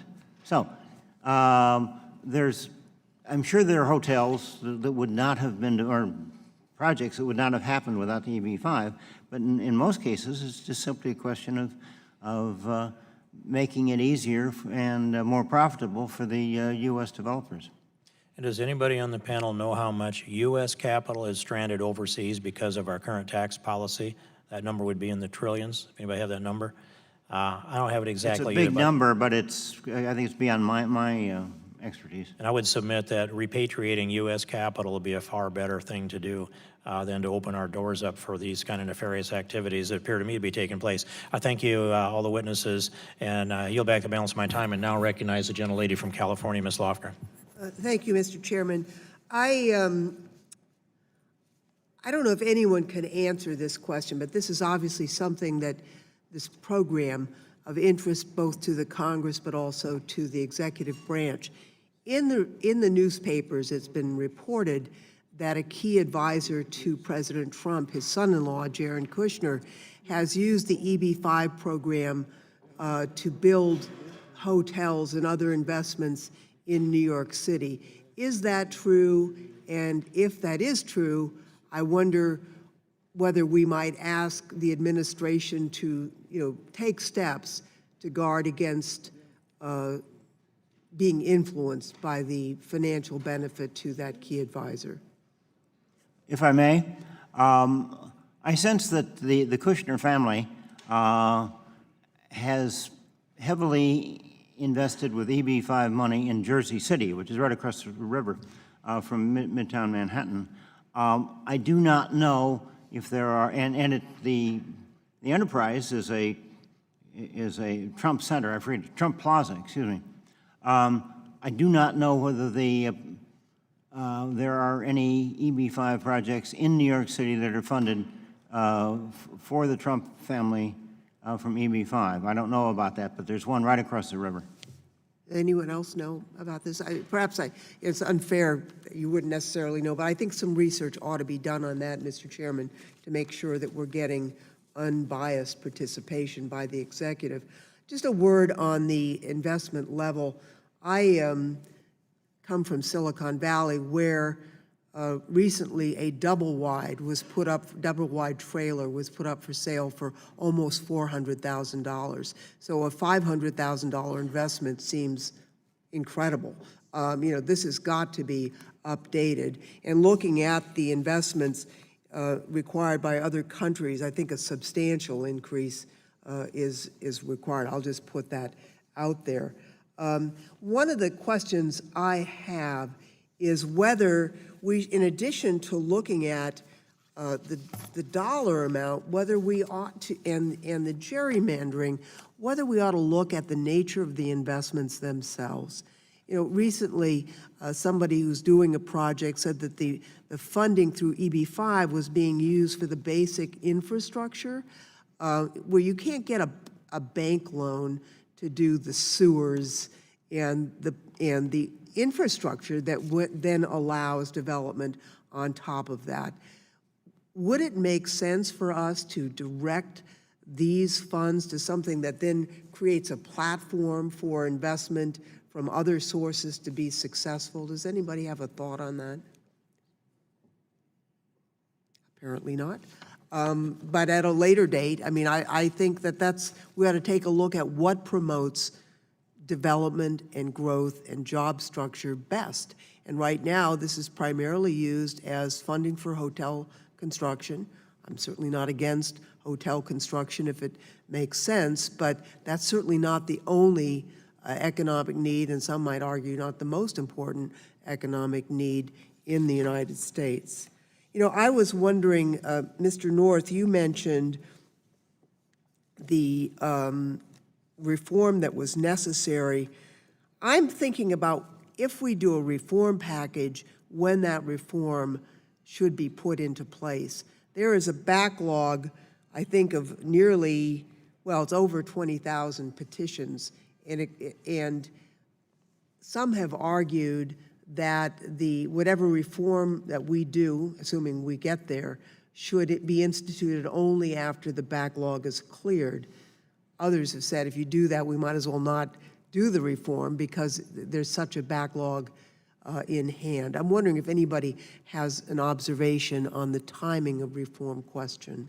I do. I think that to postpone it until all those the backlog is used is kicking the can down the road squared, and I don't think it should be done that way. There may be a problem about changing the dollar value. I don't think you can change the dollar value of the minimum investment retroactively, but I think you certainly can immediately. Well, I think certainly you can. What? I don't think the people have a vested, actionable interest in a law that could be changed by the Congress. But I think that the administrative reforms that I've been suggesting and also the TEA reform should be done right away. I know my time is close to running out. Ms. Gambler, you had important testimony last year about the immigrant investors who were vulnerable to fraud schemes.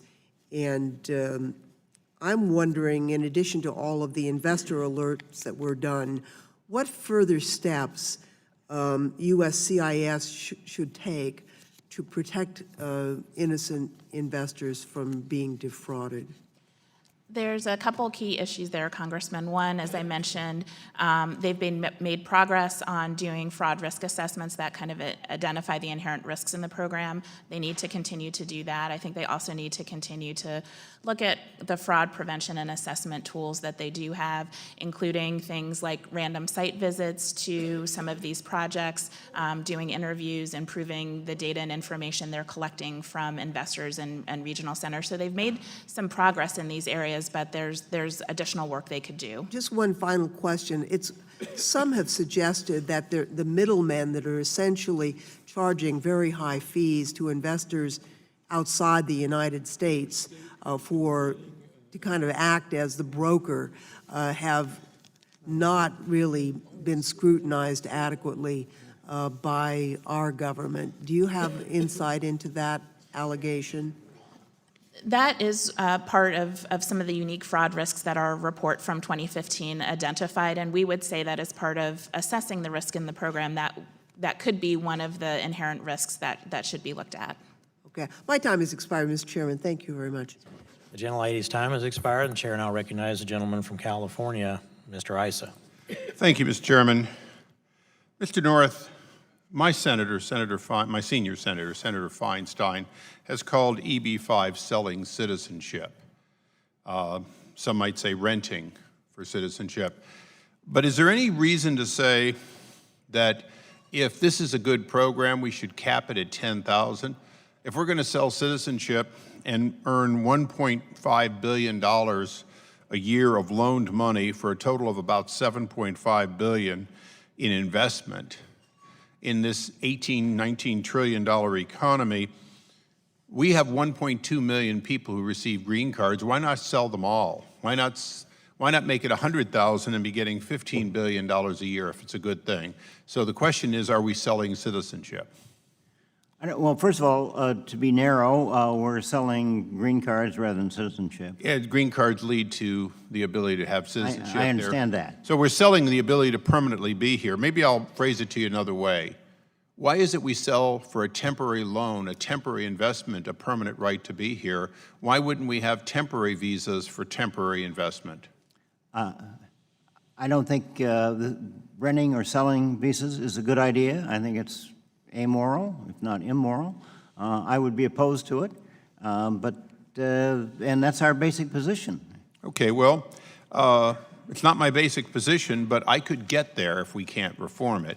Mr. Walz, regional centers, by definition, by testimony, essentially are part of giving us, whether gerrymandered or not, virtually 100% of the investments are made at $500,000 per investor. That's right. So if we assume for a moment, under current rules, we'll forget about whether they're gerrymandered or not, that all the investment is going to underserved areas, why wouldn't we simply eliminate any investment except in underserved areas? In other words, since desirable areas shouldn't have a problem getting money, and I would say that Beverly Hills is pretty desirable, but assuming that we're only talking undesirable, for such a small program that is so oversubscribed, why wouldn't we go to 1.8 or 2 million per investment and have them only in underserved areas? Why would we have two tiers at all? Why wouldn't we just mandate that the only way you get in and get what Mr. North and I might consider to be selling residency, why wouldn't we require that you invest in underserved areas? Well, I think there's two questions there. One, what's the dollar amount? And I actually agree with the industry and Ms. Bruner that, I think there needs to be additional conversation as to what the true market for what we should charge those. So setting that aside. But the true market is a lot higher than we're currently charging. Absolutely. The oversubscription tells us that. We agree that. I agree. It's just what that number is. As far as, that again, you go to congressional intent, what do you want this program to do? Clearly, it appears to me that the intent was to, this two-tiered of, hey, if it's a good project and creates jobs, regardless where it is, we're prepared to accept that, but, there's less risk there, real or perceived, and we as a country are prepared to put a certain dollar amount. But if we want to encourage economic development in these areas, we'll give it a break and try to mitigate that risk. What's interesting is I've looked at the history of it, and of course, two things that were assumed. One is that the investors and the entrepreneurs would come together, that somehow there would be a connection. But in fact, in almost every case, the investor, the green card holder goes one place and the money goes another, and there's no participation almost always. So we failed in that presumption. We also set aside about 3,000 of 10,000 slots for underserved. That was to assume that it would still be hard to get them into underserved. Right. So if eventually we live up to what Senator Grassley and the chairman have been working on so long and hard with members on the other side also, maybe what we need is a set-aside without a discount, because ultimately then you would get that amount in underserved areas, and you could be stringent about it, but you wouldn't necessarily be selling anything for less, because right now the incentive has been get to the lower price, but the incentive does not seem to be get to the true underserved area. Ms. Brunner, you're shaking your head in a way that I really want to know your answer. Well, Ms. Brunner. thank you, Congressman. I'm extremely in favor of a single price because I don't think that it's fair that if you are designated a set-aside area, distressed area or a rural area, that means then that you have to compromise and receive less capital. If I may, go ahead, just please. to answer the question is why. I just respectfully, if you're going to drive, again, the intent behind it was those underserved areas have challenges. Congress deals with those challenges in a number of new market tax credits, how would USDA guarantees, in my area, Delta Regional Authority. Saying there's one tier, and the set-aside is a short-term answer to that, but from involvement in the market, without a true meaningful difference in that, you're not going to ultimately accomplish what you say you Let me want. just ask a closing question for the entire panel, and with your indulgence, Chairman. Is it fair to say that if we were doing an overhaul today, and if we set the price where we knew 10,000 slots and all 10,000 would be sold, whatever that price is it fair to say that when we look at original intent and the best and highest use for this investment, that really all of it should go to underserved areas?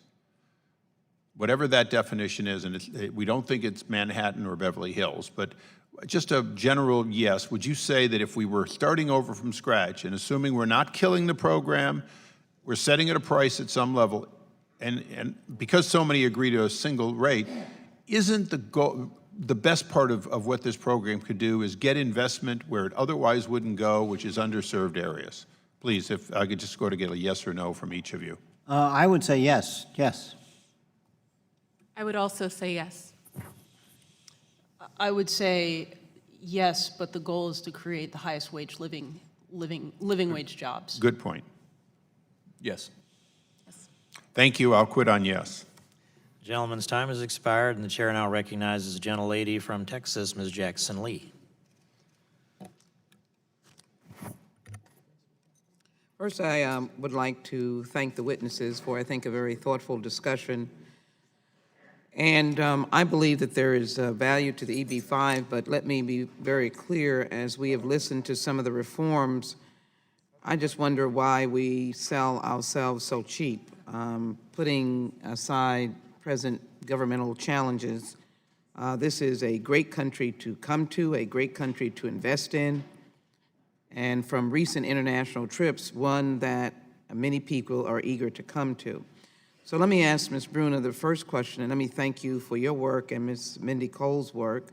What is the amount that you would think would be viable? And you're supporting the one tier as opposed to, and that would be how much? I mean, I'm going to have to lean heavily on my Princeton economics background on this. Go Tigers. I would have to say that that can be modeled, and I would look to the GAO's work, and I would look to the committee's work, that we should be able to actually mathematically find that price, and that is the price that I would support. I agree that it's above 500,000. I believe, from my experience in the market with almost 1,000 investors, that that amount is less than $1 million.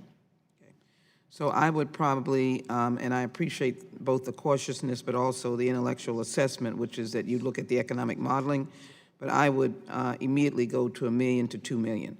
And I think we are, in essence, undermining the competition here in the United States. We're undermining the viability of projects if we would be at that level. I don't even know what we can do with $500,000. I guess it's used as a leverage, or $750,000. So I would argue against modeling, and well, I wouldn't argue against modeling, but I would argue against anything below $1 million, and I would argue for $2 million. But I think the EB-5 program has a great deal of merit. But let me ask, and so thank you. Let me ask Ms. Gambler, if I could, to indicate in your review, in your reform, or in your suggested reform of the reforms, does the regional centers go away? It's not our proposed reform as DHS. I'm with GAO. I'm so sorry, man. So, Does but DHS go away? Does the regional centers go away? under DHS's current proposals and the regulations, no, there is no proposal to eliminate the regional centers. And what is your under the assessment of the notice. regional centers? Based on the work that we've done, I think there's some questions about them, particularly as it relates to EB-5 investors being able to take credit for all of the jobs created by the total investment in projects that are funded through regional centers and other projects as well. So I think there are some open questions that stakeholders and Congress has raised about the program. And do you see the reforms helping with the gerrymandering aspect so that you don't draw in Beverly Hills along with maybe one or two blocks that are distressed? The proposed rulemaking on the TEA seems to be a reasonable step forward to addressing some of the concerns that have been raised by the TEAs. And I think USCIS seeking comments from the public and from stakeholders in industry will be helpful to inform that rulemaking process as well, including, you know, asking for feedback and input on the potential effects of changes to the TEAs. And let me follow, give 3 questions, and then you all can answer them. To you, Ms. Gambler, what about the ability of the Immigration Services to vet the whole project and economic aspect of it? In your review, what did you see in that? Let me ask questions to Mr. Walls. How do you respond to arguments that the current system operates as a one-tier level investment? And then to Ms. Mindy Coles, the cited projects that you had in distressed areas, if these projects are already happening, why do you think the program needs reform? So, Ms. Gambler, on the review by the Immigration Services, do they have the wherewithal to do so? Should we set up another entity to do that? So I don't know for certain that they would have the staff with the right skills and abilities, but what I would say is in the past, both we and the DHSIG have reported in other areas related to the EB-5 program on the need for USCIS to kind of increase staff in both numbers and skills, and USCIS has been taking steps to do that over the course of the past few years. Mr. Walls? I agree that it's been operating as a one-tier investment system, but it was contrary to the intent of congressional intent. It was intended to be a two-tier. It just has operated a one-tier because of misuse of the TEA designation process. And Ms. Mindy Coles? Projects have largely been happening not because of, but despite of the current status quo. I believe that a reform would allow for greater geographic distribution, both at a national level, but also within a state level. So some of the projects that were discussed are largely heavily in New York, upstate New York, places like Utica that desperately need these dollars have been overlooked because of the attraction for at-risk capital to very low-risk investments. Thank you. Mr. Chairman, I would just like to conclude by saying I think it's very important that this committee looks to improving distressed areas and creating jobs in all areas, both urban and rural, and I hope we can do this together. With that, I yield back. Chair thanks the gentlelady from Texas and now recognizes the gentleman from Idaho, Mr. Labrador. Thank you, Mr. Chairman, and thank you to all the witnesses for being here today. As you know, Senator Grassley testified that the original intent of the investor visa program was to create new employment for American workers and infuse capital into distressed or rural areas. Ms. Gambler, is the program accomplishing those goals? Based on the sample of files that we looked at for the report we issued to this committee last year, we found that the majority of projects within our sample were going to areas or were located in census tracts, census areas that had unemployment rates of 6% or less. So the majority of projects in the sample we looked at, they were located in areas that had an unemployment rate of 6% or less. Okay. Mr. Walls, in the past I've expressed concerns about how gerrymandered districts have led to so many urban projects in low unemployment areas, while the rural communities and the true high unemployment urban centers have been largely forgotten. Do you think the proposed regulatory changes stop the gerrymandering that has been occurring? Yeah. Sorry, the microphone comes out. That's okay. Yes, as proposed, it does address the gerrymandering issue. Okay, Mr. North, same question. Are the proposed changes to the TEA definition sufficient to end the gerrymandering that has been occurring in the program? I think it helps. I would rather do it the way some of you may recall in this room, the Appalachian Regional Development Commission was done. You would have to put your investment in a previously defined depressed county, which was a minority of the United States, the minority of the geography of the United States. If you do it that way, then Congress has some control over it. Otherwise, various creative people do as they are currently doing, and I don't like that. Okay. Mr. Walls, my state, Idaho, like Arkansas, is a rural state, and I'm concerned about the lack of investment going to those areas. Will the proposed changes lead to more investment in those areas? Well, I think, again, our motivation is the changes are a step towards that. We agree with, ultimately, legislation is the best answer for this thing. This is a step towards it as a incentive to, in the markets that we're having to go to for these investors, for them to, I think, more realistically or more honestly or openly want to look at investments in those areas outside the gateway cities and in the major states. So you mentioned it needs to be done through legislation, and we've been working on legislation to improve the program. What more can be done to ensure that these rural and true high unemployment areas are able to attract investors? Well, as I think I mentioned in my statement, I think our concern has been there have been a small group that, again, sorry, the microphone goes in and out, have a vested interest in the status quo. And, you know, when you talk about market, you're talking about, there's two markets you're talking about. There's the 10,000 visa market, and right now that's oversubscribed, that's been mentioned. So, you know, and I think the issues that we're all concerned about is what pricing and how does that affect the overall market. But you also have certain parties, they're looking at, the market is defined as the market that they've enjoyed for the history of the program.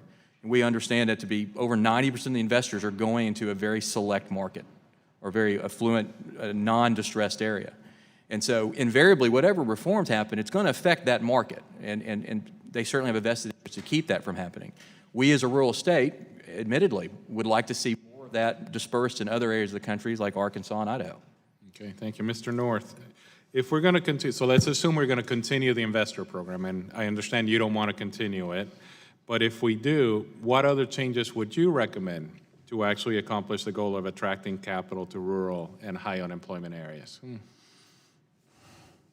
I would change the definition of where the money should be spent, and I am not happy with the thought that the developers are going to figure this out and create, you know, their own maps as they have done. So I would make it a different definition, and I would make it, I would try to get something that would really push investment into rural and genuinely distressed areas such as downtown Detroit. Okay. Ms. Bruner, you stated that both the proposed increase in the investment amounts and the proposed changes to the definitions will have a negative impact on your ability to attract investors. Is it the combination of both changes that will impact investment, or is the one change more likely than the other to have the negative impact? They'll work in concert, Congressman. The increased numbers don't seem to, while they're tied to a CPI calculation going back to 1990, they don't seem to be tied to a supply and demand model where you would try and figure out at what price can you achieve the same demand, which is the question I would like this committee to ask and get answered. So that is a very serious concern. That will impact demand. The second thing that will impact demand is the ability of projects to qualify. The arbitrary and capricious nature of the TEA, of the existing TEA definition and the proposed TEA definition do a disservice to the program. At minimum, I would invite the committee to explore what other definitions are used within the federal government. And in the absence of that, our preference is that you eliminate the TEA, allow identical investments in distressed and rural areas and other areas, create set-aside programs that properly incent the investors. The only variable that investors seem to care about right now is time. And so what I would invite the committee to do is to explore what they can do to manipulate the time factor for investors. If you manipulate that factor, you can drive investment anywhere you want it to go. Okay, thank you. I yield back. The gentleman from Idaho has yielded back his time, and the chair would now recognize the gentleman from New York, Mr. Nadler. Thank you, Mr. Chairman. Mr. Chairman, in less than 2 months in office, President Trump has issued 2 unconstitutional and immoral executive orders attempting to enact a Muslim and refugee ban, is reportedly considering ordering women separated from their children, has threatened to punish so-called sanctuary cities, even though doing so will likely make those communities less safe, and has embarked on building an unnecessary and fiscally irresponsible wall across our southern border. In short, he has fundamentally reoriented our immigration policy toward one of exclusion based on fear and ignorance, rather than adhering to our historic commitment to be a place of refuge, based on the belief that we are stronger as a nation because of those who come to our shores. In light of this radical departure in federal policy, it seems a bit incongruous for our first immigration hearing since the Trump administration began to be focused on the EB-5 investor visa program, a useful but relatively minor program that offers visas in exchange for significant economic investment in the United States. I hope we will soon conduct oversight into President Trump's cruel and short-sighted immigration policies. In the meantime, since we have the opportunity to consider the EB-5 program today, I want to ask a few questions about that program. Now, Ms. Brunner, some critics of the EB-5 program argue that certain regional centers are in effect gerrymandering census tracts in order to create targeted employment areas and take advantage of the lower investment criteria for TEAs. Do you believe that the proposed regulations and other proposed reforms account for the unique circumstances of major urban centers where a census tract may only consist of a block or two? No, I do not, Congressman. Could you elaborate? Sure. Urban areas, first of all, census tracts are designated by density of population. So in a rural area, you may have a single census tract in Wyoming or another rural state that covers 20-plus miles, single census tract. In an urban area, you may have a census tract that covers maybe 4, 6 blocks. In my area, you have a census tract that covers half a block. There you go. Exactly to my point. So when you use census tracts as a basis of designation, either it be 12 in California or the donut approach that's used in the current proposed regulations, you completely ignore any principle of economic development. It's completely unrelated, actually, to the purpose of the TEA designation, which is to determine unemployment. You really have to look at the area in a whole different light. Now, the federal government does an excellent job of that. There's been a lot of thought through a number of agencies, USDA, HUD, a number of agencies, not to mention the state-level work that's been done on enterprise zones of the past or current designations or the rural designations that exist. I would invite the committee to not reinvent the wheel and either lean on the work that has already been done so diligently by other agencies in the federal government, or to eliminate the conversation. As much as the conversation of TEA designation and gerrymandering has hijacked this committee and the entire reform conversation, I think the most responsible thing we can do is to eliminate the conversation and eliminate TEAs. What do you mean by eliminate the conversation? We need to go to a single investment tier, and we need to use set-asides. And let me just elaborate for a moment. Also, if the purpose of this is to generate employment in low-income areas, basically, in high unemployment areas, and not only do you have the distortion here where a census tract can be half a block or a block or two, but does it also ignore the fact that in an area, like an urban area, like in New York, you may have a Hudson Yard, very upscale development, half a mile away from a very depressed neighborhood where the workers live? Well, I'm actually in favor of commuting patterns because I think that they demonstrate the actual reality of economic development in the United States, that people, the variable that the Bureau of Labor Statistics and a number of other federal agencies use is that what is the commute that people will endure to go to work? That's why high-speed rail. But what I'm saying is that if you're looking and you're saying, as the chairman implied when he was reading that ad from that development, Hudson Yards, he was implying that this is a very rich area. You're not going to help low-income people or unemployed people. But that area, that high-end development area, is half a mile from Harlem and less than a mile from the South Bronx, which are very depressed, low-income areas where workers live. That's right. In other words, by looking at this and not taking that into account, you're distorting the reality of the effect of the economic development here, which is to help, arguably, to help the low-income workers who live nearby, albeit in a different census tract, and therefore to gerrymander your census tracts not to mask the reality, but to show the reality that the low-income workers are living, who are being aided, are living near the development, that's not wrong. That's correct. You agree with that? I do. Okay, I see that my time has expired. I yield back. Thank you. Thanks, gentleman from New York, and now I recognize the gentleman from Texas, Mr. Gomer. Thank you, Mr. Chair. Appreciate the witnesses being here today. Director Gambler, what I understood you had commented about the vetting that occurs with those who want to invest in this EB5 program. What kind of vetting goes on?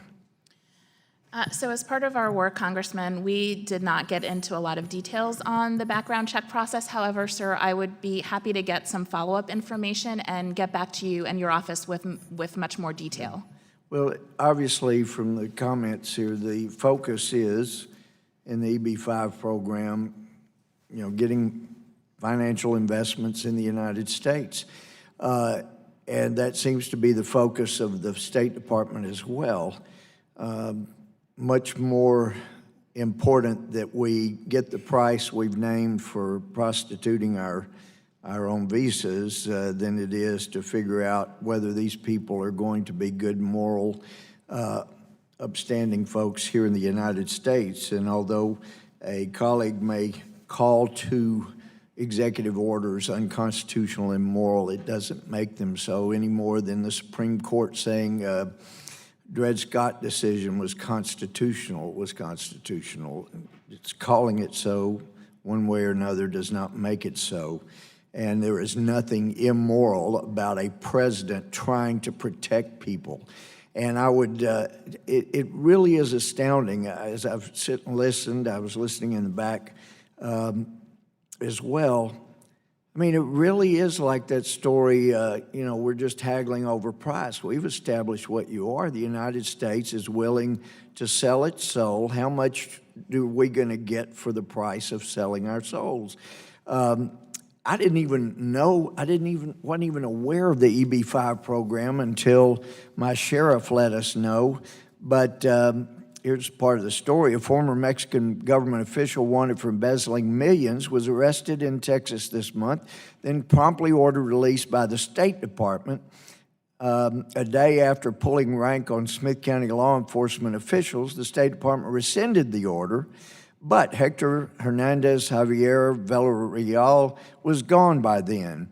Villarreal, the former Secretary Executive of the Tax Administration Service of Coahuila, Mexico, was arrested on charges in Mexico relating to an alleged scheme involving embezzling millions of dollars from the Mexican government. He posted a $1 million cash bond, then got himself a U.S. visa and skipped town. Villarreal surfaced in Tyler, Texas, when he, his wife, Maria Botello, and another man were pulled over for a routine stop. All we did was make a traffic stop. They didn't have a front license plate, Smith County Sheriff J.B. Smith told Fox News. Police were given permission to search the vehicle. They found $67,000 in cash and a shotgun. Anyway, he said Homeland Security officials had told his department Villarreal was a high-profile and wanted fugitive. We placed him in jail on money laundering charges, seized the vehicle and the money. ICE came, picked him up from our jail, took them to Dallas. That's the last we've seen. Villarreal Botello posted bond on February 6th, were released into the custody of Homeland Security, Immigration Customs. They were taken to Dallas Detention Center for deportation. That's when the State Department intervened. Homeland Security officials called to tell him the federal diplomatic agency had ordered Villarreal and his wife released. And so anyway, I don't know if they've ever been found, but it seemed pretty clear the focus was getting the money. And once again, like has been talked about, this guy offered $500,000 to invest, and he got a visa very immediately. And what comes to mind is how many people in the world have massive amount of money that was obtained from immoral or illegal purposes. And we in America seem to say, we don't care how you obtained your money. You could have swindled it from the Mexican people, but We want you in America if you'll put some of that cash where we tell you to put it, and we won't even be that particular about where we tell you to put it. So I'm appalled at this program. America has degenerated to the point that, our soul is for sale, and now we've got to negotiate about how high of a price we want. Give us you're tired, you're energetic, we don't care. Give us you're immoral, you're degenerate. As long as they've got money, the message is we want them in America and we'll give them a visa to get their money. I think it's an immoral message to send to the world. It feeds the hatred that some have for America, that we don't care about being moral and upright in America. We care about the almighty dollar. I, for one, would like to see it stop. Now, yield back. The gentleman from Texas has yielded back, and the chair now recognizes the gentleman from Louisiana, Mr. Johnson. Thank you, Mr. Chairman. Director Gambler, this is a couple for you. We're all committed to rooting out fraud, waste, and abuse, and I thank you for your commitment to that and your important work on it, all of you, for helping with that. Just three quick questions on that topic. When the GAO was conducting its review to the proposed project investments in the targeted employment areas, was the information you were seeking easily accessible when you were trying to understand how the EB-5 recipients were actually investing this money? We specifically looked at files that were submitted in the fourth quarter of fiscal year 2015. That was a sample that was readily available for our review. It did require us to go through paper files for the 200 sample files that we looked at. So of the sample files, did you find that it was clear and concise? I mean, it was easily understood where the money went and how they created jobs? We were able to get the data for our review out of the files. I would add, though, that some of the files can be thousands of pages long, and one of the key challenges with the program that we've pointed out in our work is lack of data being kind of readily available in an electronic format that allows for the agency to do things like identify fraud risks, look at trends in the program, that kind of thing. So is the need for additional information, or is it a formatting issue to make it more readily accessible? In part, it's having the information available in such a way that it can be searched and utilized more easily for the purposes of risk assessment and other things. USCIS is working toward a case management system, and so they're making some progress there, and that's a good and important step.